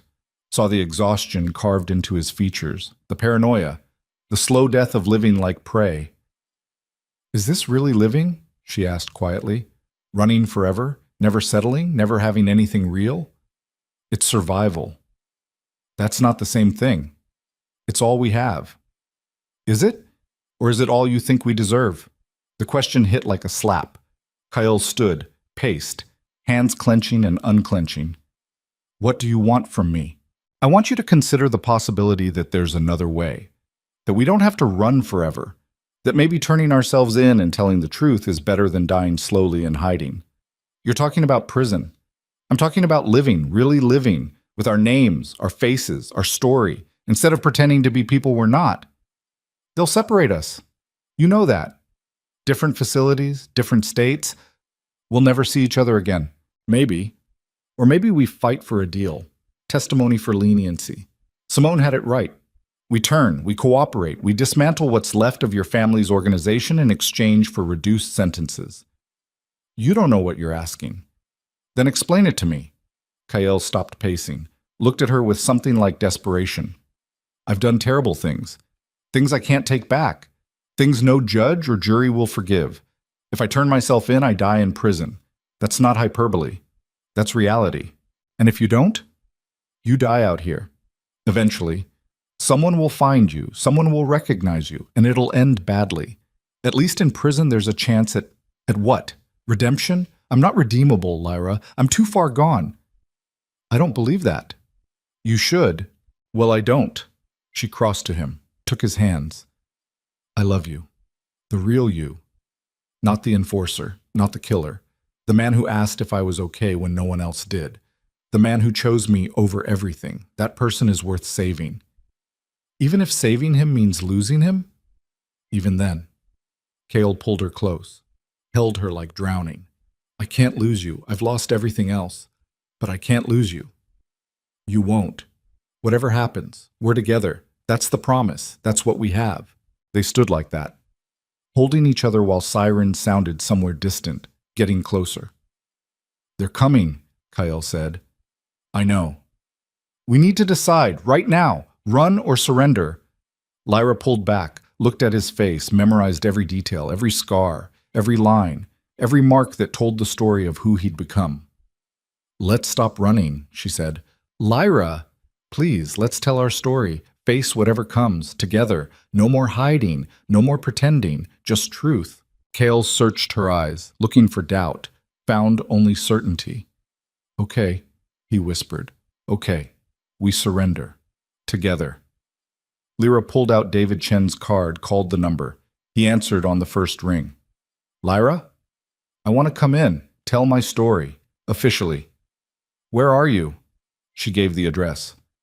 But there's a condition. Kyle Draven comes with me. We tell our story together. We cooperate fully, but we stay together. That's non-negotiable. Silence on the line, then I can't guarantee that. Then we run, and you never find us again. More silence. I'll make calls, see what I can do. Don't move. I'm coming to you. The line went dead. Lyra and Cale sat together on the couch, waiting, listening to sirens getting closer, to footsteps in the hallway, to the world closing in. I'm scared, Lyra said. Me too. What if this is a mistake? Then it's our mistake, made together, with eyes open. The door burst open, federal agents, weapons drawn, shouting orders. Lyra and Cale raised their hands, didn't resist, didn't fight. David Chen appeared in the doorway. Don't shoot! They're cooperating. Cuffs clicked around wrists, rights read in English and Spanish, the machinery of justice grinding into motion. They were separated, different cars, different routes. Lyra watched through the window as Kael disappeared into Buenos Aires traffic. Gone, but not lost. Not yet. The interrogation lasted 14 hours. Question after question, detail after detail. Lyra told everything, the text message, the relationship, the threats, the warehouse. Iris dying in her arms, the people she killed, all of it. She didn't cry, didn't break. Just spoke truth until her voice went hoarse. David Chen sat across from her, recording everything. Why should we believe you? Why should any of this matter? Because it's the truth, and truth has to matter. If it doesn't, then what's the point of any of this? Truth and evidence aren't the same thing. Then look at the evidence, Iris's autopsy, the angles of the shots, the timeline. It all matches what I'm telling you. And the people you killed. Self-defense, I was being shot at. What was I supposed to do? Die quietly? Most people would have surrendered. Most people didn't watch their best friend bleed out. Most people didn't spend 6 months running for their lives. I'm not most people anymore. David leaned back. No, you're not. 2 days later, they brought Kyle in. Same room, different interrogator, but David Chen still observing. Tell me about your family, the interrogator said. Woman in her 30s, sharp eyes, no sympathy visible. Kyle told her everything. The organization, the violence. His uncle Lucian, the council meeting, the bodies, the empire burning, all of it. When he finished, the woman consulted her notes. You've confessed to multiple counts of murder, racketeering, money laundering, conspiracy. You understand that's life in prison? Minimum. Yes. And you're willing to cooperate, testify against remaining family members, provide documentation, evidence? Yes, on one condition. You're not in a position to make conditions. Then we're done talking. Kyle stood. I want my lawyer. The woman glanced at David. He nodded. What's your condition? She asked. Lyra Vale stays with me. Same facility, conjugal rights, protective custody together. If you separate us, I stop talking, permanently. That's not how this works. Then make it work. I'm handing you the Draven organization on a platter. Names, accounts, operations, everything. That's worth something. The woman left the room, returned an hour later. We can offer modified protective custody. Same facility, separate cells but shared common areas. Supervised contact. That's as far as we can go. Not good enough. It's the best deal you're going to get. Take it or spend the rest of your life in maximum security. Alone. Kyle looked at David. Your call, your agency. Can you make this work? David hesitated, then nodded. I can make it work. But you both have to deliver. Full cooperation. Complete testimony. If either of you holds back, the deal is void. Agreed, Kyle said. The trials took 18 months, multiple jurisdictions, multiple charges, prosecutors from 3 countries coordinating. It was exhausting, brutal, relentless. But Lyra and Kale testified. Together, told their story, the whole truth. Nothing held back. The jury deliberated for 6 days, came back with a verdict. Lyra, not guilty on murder charges. Guilty of weapons violations and conspiracy. Sentence, 8 years with possibility of parole after 4. Kale, guilty on multiple counts. Sentence, 25 years. Eligible for parole after 15. They were taken to a federal facility in upstate New York. Modified protective custody. Separate cells. But together during meals. Exercise. Therapy sessions. Not freedom, but not separation either. Time passed differently inside. Days blurred together. Weeks became months. Months became years. Lyra drew. Taught art classes to other inmates. Wrote letters to her mother. Rebuilt bridges she thought were burned forever. Kale read. Learned languages. Worked in the prison library. Became someone who helped instead of hurt. They saw each other every day. Brief conversations. Supervised contact. But together. Always together. On Lyra's 4th anniversary inside, David Chen visited. Parole board approved your early release, he said. You're getting out next month. Lyra felt her heart stop. What about Kyle? He's got 11 more years minimum, maybe less with good behavior, but he's staying. Then I'm staying too. That's not how this works. You're free. Take it. Not without him, David sighed. He thought you'd say that. Asked me to give you this. He handed her a letter. Cale's handwriting. Familiar. Precise. Lyra, if you're reading this, you got parole. Good. You deserve freedom more than anyone I know. I need you to take it. Not for me. For you. Go back to your life. Draw. Create. Build something that matters. Don't waste years waiting for me. I'll survive. I always do. And when I get out, if I get out, I'll find you. That's a promise. But you need to live first. Really live. Not just survive. That's what I want for you. That's what you deserve. I love you. I always will. No matter how much time passes, no matter what happens, that never changes. Go be free. I'll be here. Waiting. However long it takes. K.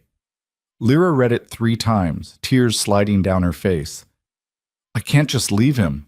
Yes, you can, and you will. Because he asked you to. Because it's the right thing. David stood. I'll drive you out myself. Make sure you get settled. It's what Iris would have wanted. The name hit like a punch. Iris. Dead 4 years, still haunting every decision.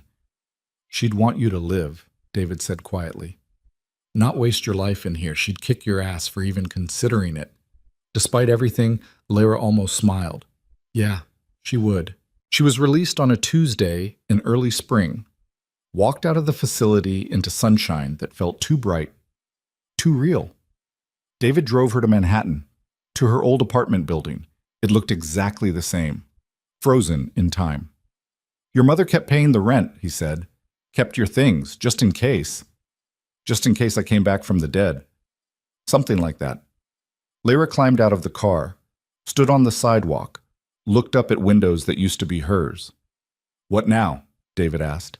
Now I figure out how to be human again, how to draw, how to exist outside survival mode. That's a process. Be patient with yourself. Are you a therapist now too? Just someone who understands loss and recovery and the long road between them. He drove away, left Lyra standing alone with keys to a life she barely remembered. She climbed the stairs, opened the door. Everything was exactly as she'd left it, dusty but preserved, like a museum of her previous existence. Her drafting table, her art supplies, her sketches of hearts pinned to walls. She sat down, picked up a pencil, tried to draw. The lines wouldn't come.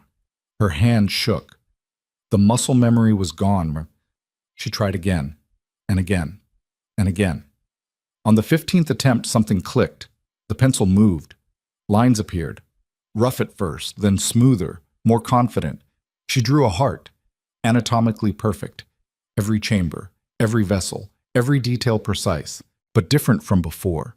This heart had scars, had damage, had history written in torn tissue and healed valves.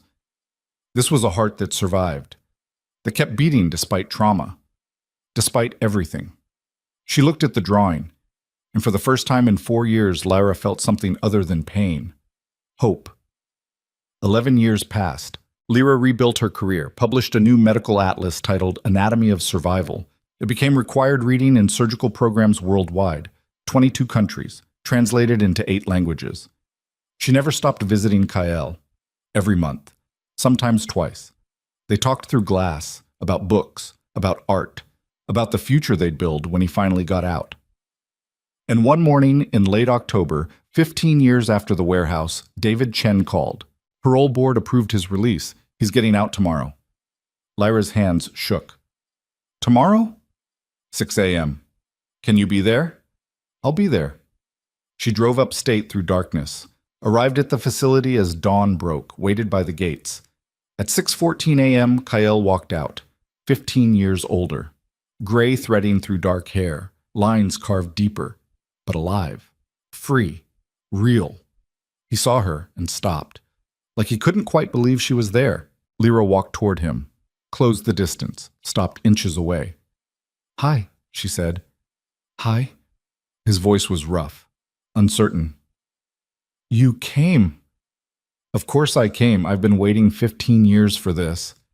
You should have moved on, built a life, found someone. She kissed him, shut him up, tasted salt and tears and freedom. When they pulled apart, both were crying. I did build a life, she said. I just built it around coming back to you. That's insane. Probably, but we've always been insane. Kael laughed. Actually laughed. The sound rusty, but real. Yeah, we have. They got in her car, drove toward the city, toward whatever came next. Where are we going? Kael asked. Home. My apartment. Your apartment now, too, if you want it. I have nothing to offer you. No money. No prospects. No, you have you. That's enough. It's always been enough. They drove in comfortable silence, watching the world wake up around them, morning light painting everything gold.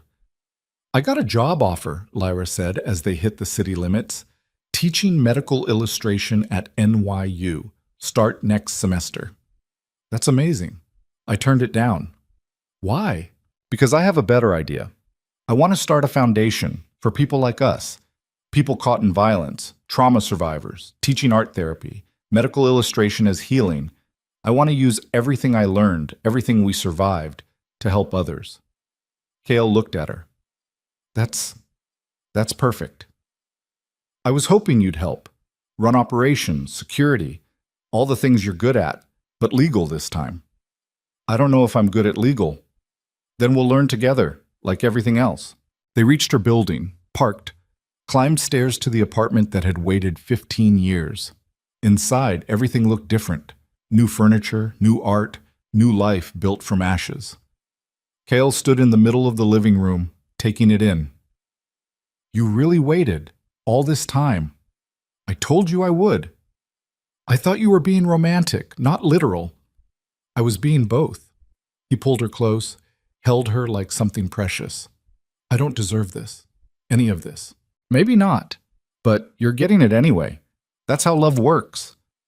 They stood together while the city roared outside, while life continued, while the past stayed past and the future stretched ahead like a promise. What now? Kael asked. Lyra pulled back, looked at his face, older, scarred, beautiful. Now we live, really live. We've survived everything else. Time to see if we can survive peace. That might be harder than war. Probably, but we'll manage. How do you know? Because we're still here, after everything. All the violence, all the running, all the impossible choices. We're still standing, still together. That has to mean something. It means we're stubborn. It means we're survivors. And survivors get to choose what comes next. Kael smiled. Small, real. The first genuine smile she'd seen in 15 years. Okay, let's choose. What do you want? Lyra thought about it. Really thought. I want to draw. I want to teach. I want to build something good from all the bad. I want to wake up next to you without wondering if someone's coming to kill us. I want normal, boring, beautiful normal. That sounds perfect. What about you? What do you want? I want to stop running, stop surviving. I want to learn how to just be with you, without violence, without fear, just us, building something that lasts. We can do that. You really believe that? Yes, don't you? Kael looked around the apartment, at the life she'd built waiting for him, at the woman who'd survived everything alongside him, at the future spreading before them like uncharted territory. Yeah, he said finally. I do. They started that day. Small steps. Kael got a job doing consulting for corporate security, legal contracts, background checks. Nothing violent, nothing illegal. Lyra launched her foundation, Hearts That Heal, teaching trauma survivors to express pain through art, through understanding the inside of things. It grew, slowly at first, then faster. People came, people stayed, people healed. Years passed, good ones, quiet ones, the kind they'd never thought they'd survive to see. One evening, 7 years after Kael's release, they sat on their apartment balcony, watching sunset paint Manhattan gold. I got a letter today, Lyra said, from Iris's mother. Kale looked up. What did it say? That she forgives me. Took her 22 years, but she forgives me. She said Iris would have too. Do you believe her? I don't know, but I want to. I need to. Then believe it. We've carried enough guilt. Maybe it's time to put some down. Lyra leaned against him. We survived. Somehow we actually survived. Against every odd. Think it was worth it? Everything we went through to get here? Kyle was quiet for a long moment. Ask me tomorrow. That's not an answer. It's the most honest one I have. They sat together as darkness fell, as the city lit up below them, as life continued in all its messy, complicated, beautiful chaos. Somewhere distant, sirens wailed, but they weren't running anymore, weren't hiding, weren't surviving. They were living, and that, after everything, felt like victory. Not perfect, not clean, not what they'd planned when that first text message arrived at 1:13 a.m. all those years ago, but real, and real was enough. 3 words sent in anger had started it all. I hate everything. Now, sitting together watching the city breathe, Lyra thought maybe the response had been right all along. That makes 2 of us. But somewhere between hatred and hope, between destruction and healing, between the warehouse and this balcony, they'd found something neither expected. Not redemption, not forgiveness, not absolution for the things they'd done. Just each other. And permission to keep trying, to keep breathing, to keep building hearts, both on paper and in life, that survived despite damage, that beat despite trauma, that proved again and again that sometimes the most broken things were also the strongest. Lyra reached for Kael's hand. He took it, held on, neither speaking, just existing together in the silence that no longer felt empty, just full of everything they'd survived to find. And in that moment, in that quiet, in that simple act of holding on, they both understood something fundamental. They'd sent that first message to exactly the right number after all. Not wrong. Never wrong. Just perfectly, impossibly, catastrophically right.